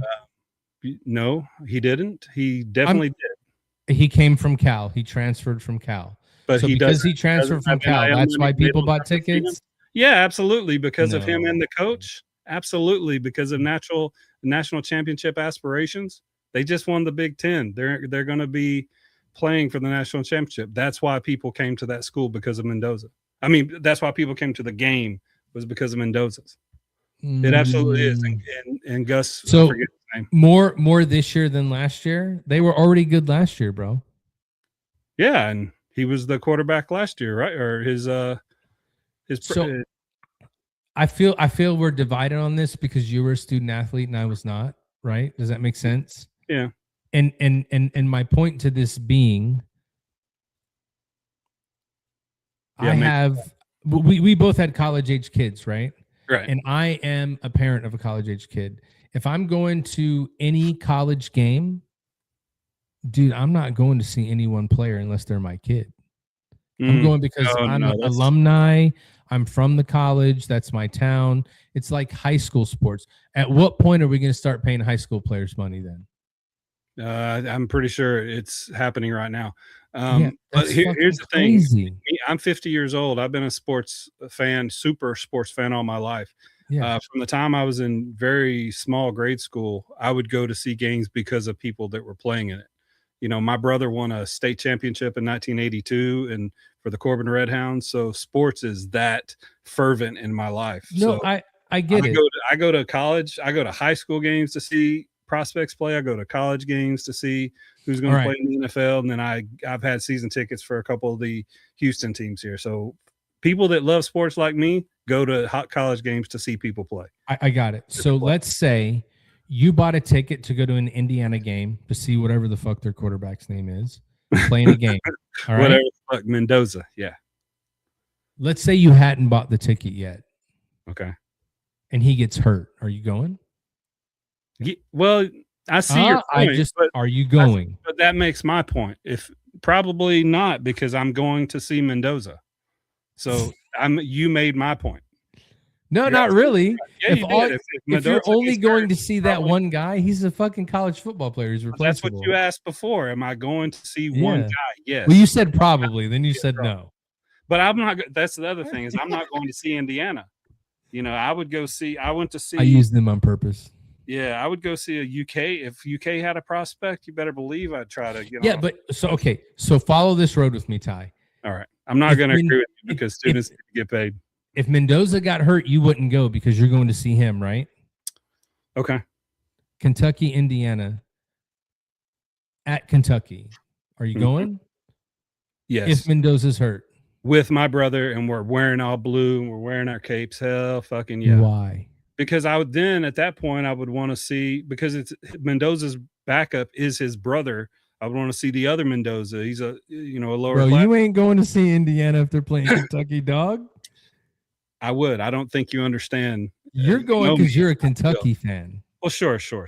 And they have a high-ranked team that's playing there, and it's a game you don't want to miss because Kentucky is playing a number 1 or number 2 team. You know what I mean? Yeah, I hear you, but you already lost the argument because I am definitely going to see Indiana because of Mendoza, and I don't even know their wide receiver's name, but the dynamic ability he has. Yeah, but that's because I'm not an Indiana. You better not be getting paid a lot of money. Nobody knows him. Yeah, I don't think he's getting paid a lot of money, but that's the good story, and that's the other reason why. That's the other reason why Mendoza is going to win the Heisman is because it's such a good story. Not winning the Heisman, bro. He is. Listen, check this out. If you're another player on Indiana and this Mendoza dude comes in and gets all that damn money, how do you feel? Like, man, fuck us, right? No, they get all the primps and polishes from. Yeah, I got my free gear. I get to eat every day, just like I have every year, but I ain't getting $10 million. Anyway, we'll have to leave that there. Future guests next week, we got Glenn and Hunter Moore. Colonel Glenn Moore I served with at Fort Polk right before I got out of the military, and his son Hunter is on the natural Olympic team. He has cerebral palsy and spastic dystonia. This story is going to be really cool, not just because of Glenn Hunter's service to his nation, but because of how amazing father he is and what he and his son Glenn Hunter have accomplished. So we'll hear all about that story next week, and then after that we've got the Christmas special will be Jason Bobo. So looking forward to that. Word. Yeah, well, that's the thing is like your perspective I understand. I don't think you understand my perspective. No, I understand yours because as a student athlete, if you're going out there and you're playing a sport, right? This is where I come from this, right? Mm-hmm. 54 players on a football team, right? Or whatever the fucking number is. There's a lot. There's a lot of kids standing on that sideline. But Arch Manning at Texas is getting paid a shit ton of money to not come through the way that everybody said he was going to. But you got a whole bunch of kids on that team this year that may have like played above where you thought they were going to play, right? Not getting nearly as much as that kid would get. That's not Arch's fault, right? It's not his fault he's getting all that money and he doesn't come through. We've talked about it before. The kid's got a lot of fucking pressure on him. The problem is there's more than just him on that football team. You know what I mean? When you become a professional athlete, that's the point where you start to negotiate for that money. But as a college football player, you're not a pro. They're paying these kids as pros, man. Like, I get what you said. I agree with if you're going to give them money, it should go into an account and it should be an annuity for the rest of their life, right? We're going to give you money for the rest of your life because we know that the NFL or the MLB or NH, whatever, it's not forever, right? So give them money so they can make it through. But don't give them $30 fucking million to go to college. Like, why the fuck would I even go then? You should just, in that case, that's where I'm like, let them go straight to the pros. If they're that fucking good, go straight to the pros. You don't need to go to college. There's no need, right? You know what I mean? I feel like college is where you should get an education. The only reason I say this is we all can see, or I don't know, maybe people don't feel this, but our education in America fucking sucks. And we need to educate more people. And if we're just paying a whole bunch of people that catch a ball really good, a whole shit ton of money to go to college, that de-emphasizes the impact of getting a degree, right? Like, you go there to get a degree to become productive, you know? It's my opinion. Maybe because I got 3 college degrees. I don't fucking know. I'm just saying. Yeah, I totally agree with that. Too much money, dude. I agree with that perspective, though, because I think that if the education about having all that money is commensurate with the amount of money they're paying them, then they're going to learn some life lessons that people of my generation were not afforded. Absolutely. So I think that if they're going to get paid, we as the people that are, you know, Troy Aikman writing the checks and the commission, hopefully Nick Saban does something with this. The commission needs to be sure that they're educating the families to stay the fuck out of it and let the kids take care of it themselves. That's the other problem too, bro. Yeah, but you know what? That was a problem that's a before. whole other podcast. Yeah, that was a problem before money got into this shit, dude. But as long as the education is commensurate with the amount of money that they're getting paid, then I think that'll be much more beneficial to those kids that don't make it into any pro sport, whether they're badminton, whether they're tennis, whether they're gymnastics, or whether they're a online personality at a school. If they're in school, they should be enrolled in courses to understand how to deal with that money. I think that'll be I would just be interested to see what is the amount of money that all of the sports are getting paid NIL money. I'm sure we could find it. But like, take a school like Miami or Texas or A&M or Notre Dame, like the big schools, the big ones, Ohio State's, the ones that are like massive, and compare, like, what do the football players get paid compared to everybody else, right? And here's what I would tell you. This is the deal that you go. Look at Kentucky. What are their football players getting paid? Because we know Kentucky's a basketball school, bro. Mm-hmm. That's where that money's made. But are their football players getting paid more than the basketball players? Probably not. Not this year. I think the Kentucky team this year that's 5-4 or 6-4 now. I think they're the number 3 highest team at like $22.5 million. Is what that team's getting paid. And what's their record? 5-6-4. They're underperforming. Why do I need to play hard to go to the NBA when I'm getting paid? You know what I mean? Like, it takes all of that. Kids played college sports to become a pro. They're there to prove they're going to go be a professional athlete, and that's where they're going to get paid. So the love for the game was kind of still there. Now, like, the money is taking it out of that in some cases. That's what I've been. Maybe it's that, but I hope it's the realism that most people realize that as good as you are. I played football, basketball, baseball in high school. I thought I was an amazing athlete in the military my entire life, but there was no way I was making the pros of anything. Yeah. And there's people that are, you know, lollygagging playing 2 or 3 sports that are better at that than I'll ever be at anything. So hopefully they can educate themselves with the money that they're getting, or that we put infrastructure in place. I'm not putting this on the students at all. We need to put infrastructure in place to educate the people that are making all this money. No doubt. If I'm a college athlete today, I'm trying to make millions, dog. Yeah. I don't give a fuck. Just because, you know, most people ain't going to the pros. Most people aren't getting offensive line money, quarterback money. And all of my rant is not the kids playing the sport. It's not their fault. They are just taking the benefits of the position that they're put in. You know what I'm saying?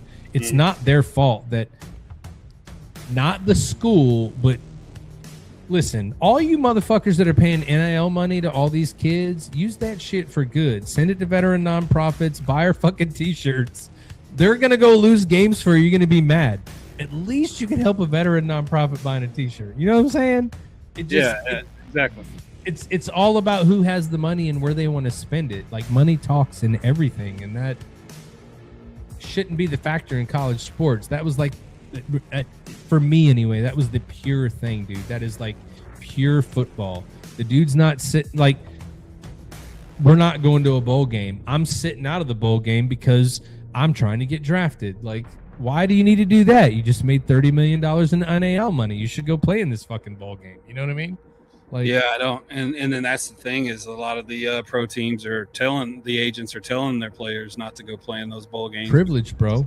It's the Oreo Bowl, or it's the, I forget which one they were talking about, the Jello Pudding Pop or something bowl. But you're representing your school. Isn't that the school you went to? Oh, no, it's not. I would think, but that's you started at a school 3 years ago, switched to another one the year after, and then switched to one this year. You're not loyal to fucking anything, so it makes sense.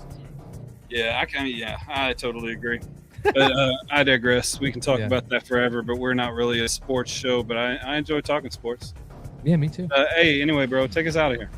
Yeah, so for everybody out there, no, we're not a sports show, but I just think that if you're going to go make some money, it shouldn't be at the cost of getting an education, right? Go get your education and go be productive, or do your time and then go play pro, and you should make the money when you're there.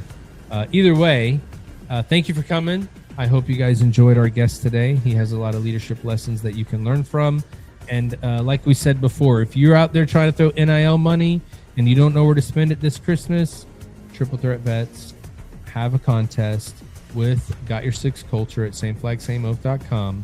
Go buy some podcast t-shirts. The QR code's on the screen for you, and you get half off a t-shirt or a hat, and we can give some money to some deserving organizations. That is where your money goes to the right place. So go spend it. You still got time to get it for Christmas. Go spend your money. Let's go help a nonprofit. We'll see you guys next week. And thanks for being here. That's it. Yeah, be sure and buy some t-shirts. We had a different kind of show today, went a bunch of different ways, but as always, we like to tell veteran stories, especially veteran success stories. So if you want to hear your story told, be sure and hit us up. We are on every Thursday on Spotify. You saw we're on iHeartRadio, Apple iPods. Like, share, subscribe. Help us out. We'll talk to you soon. See you next week. If you or someone you know is in crisis, contact the Veterans Crisis Line at 1-800-273-8255. Then press 1.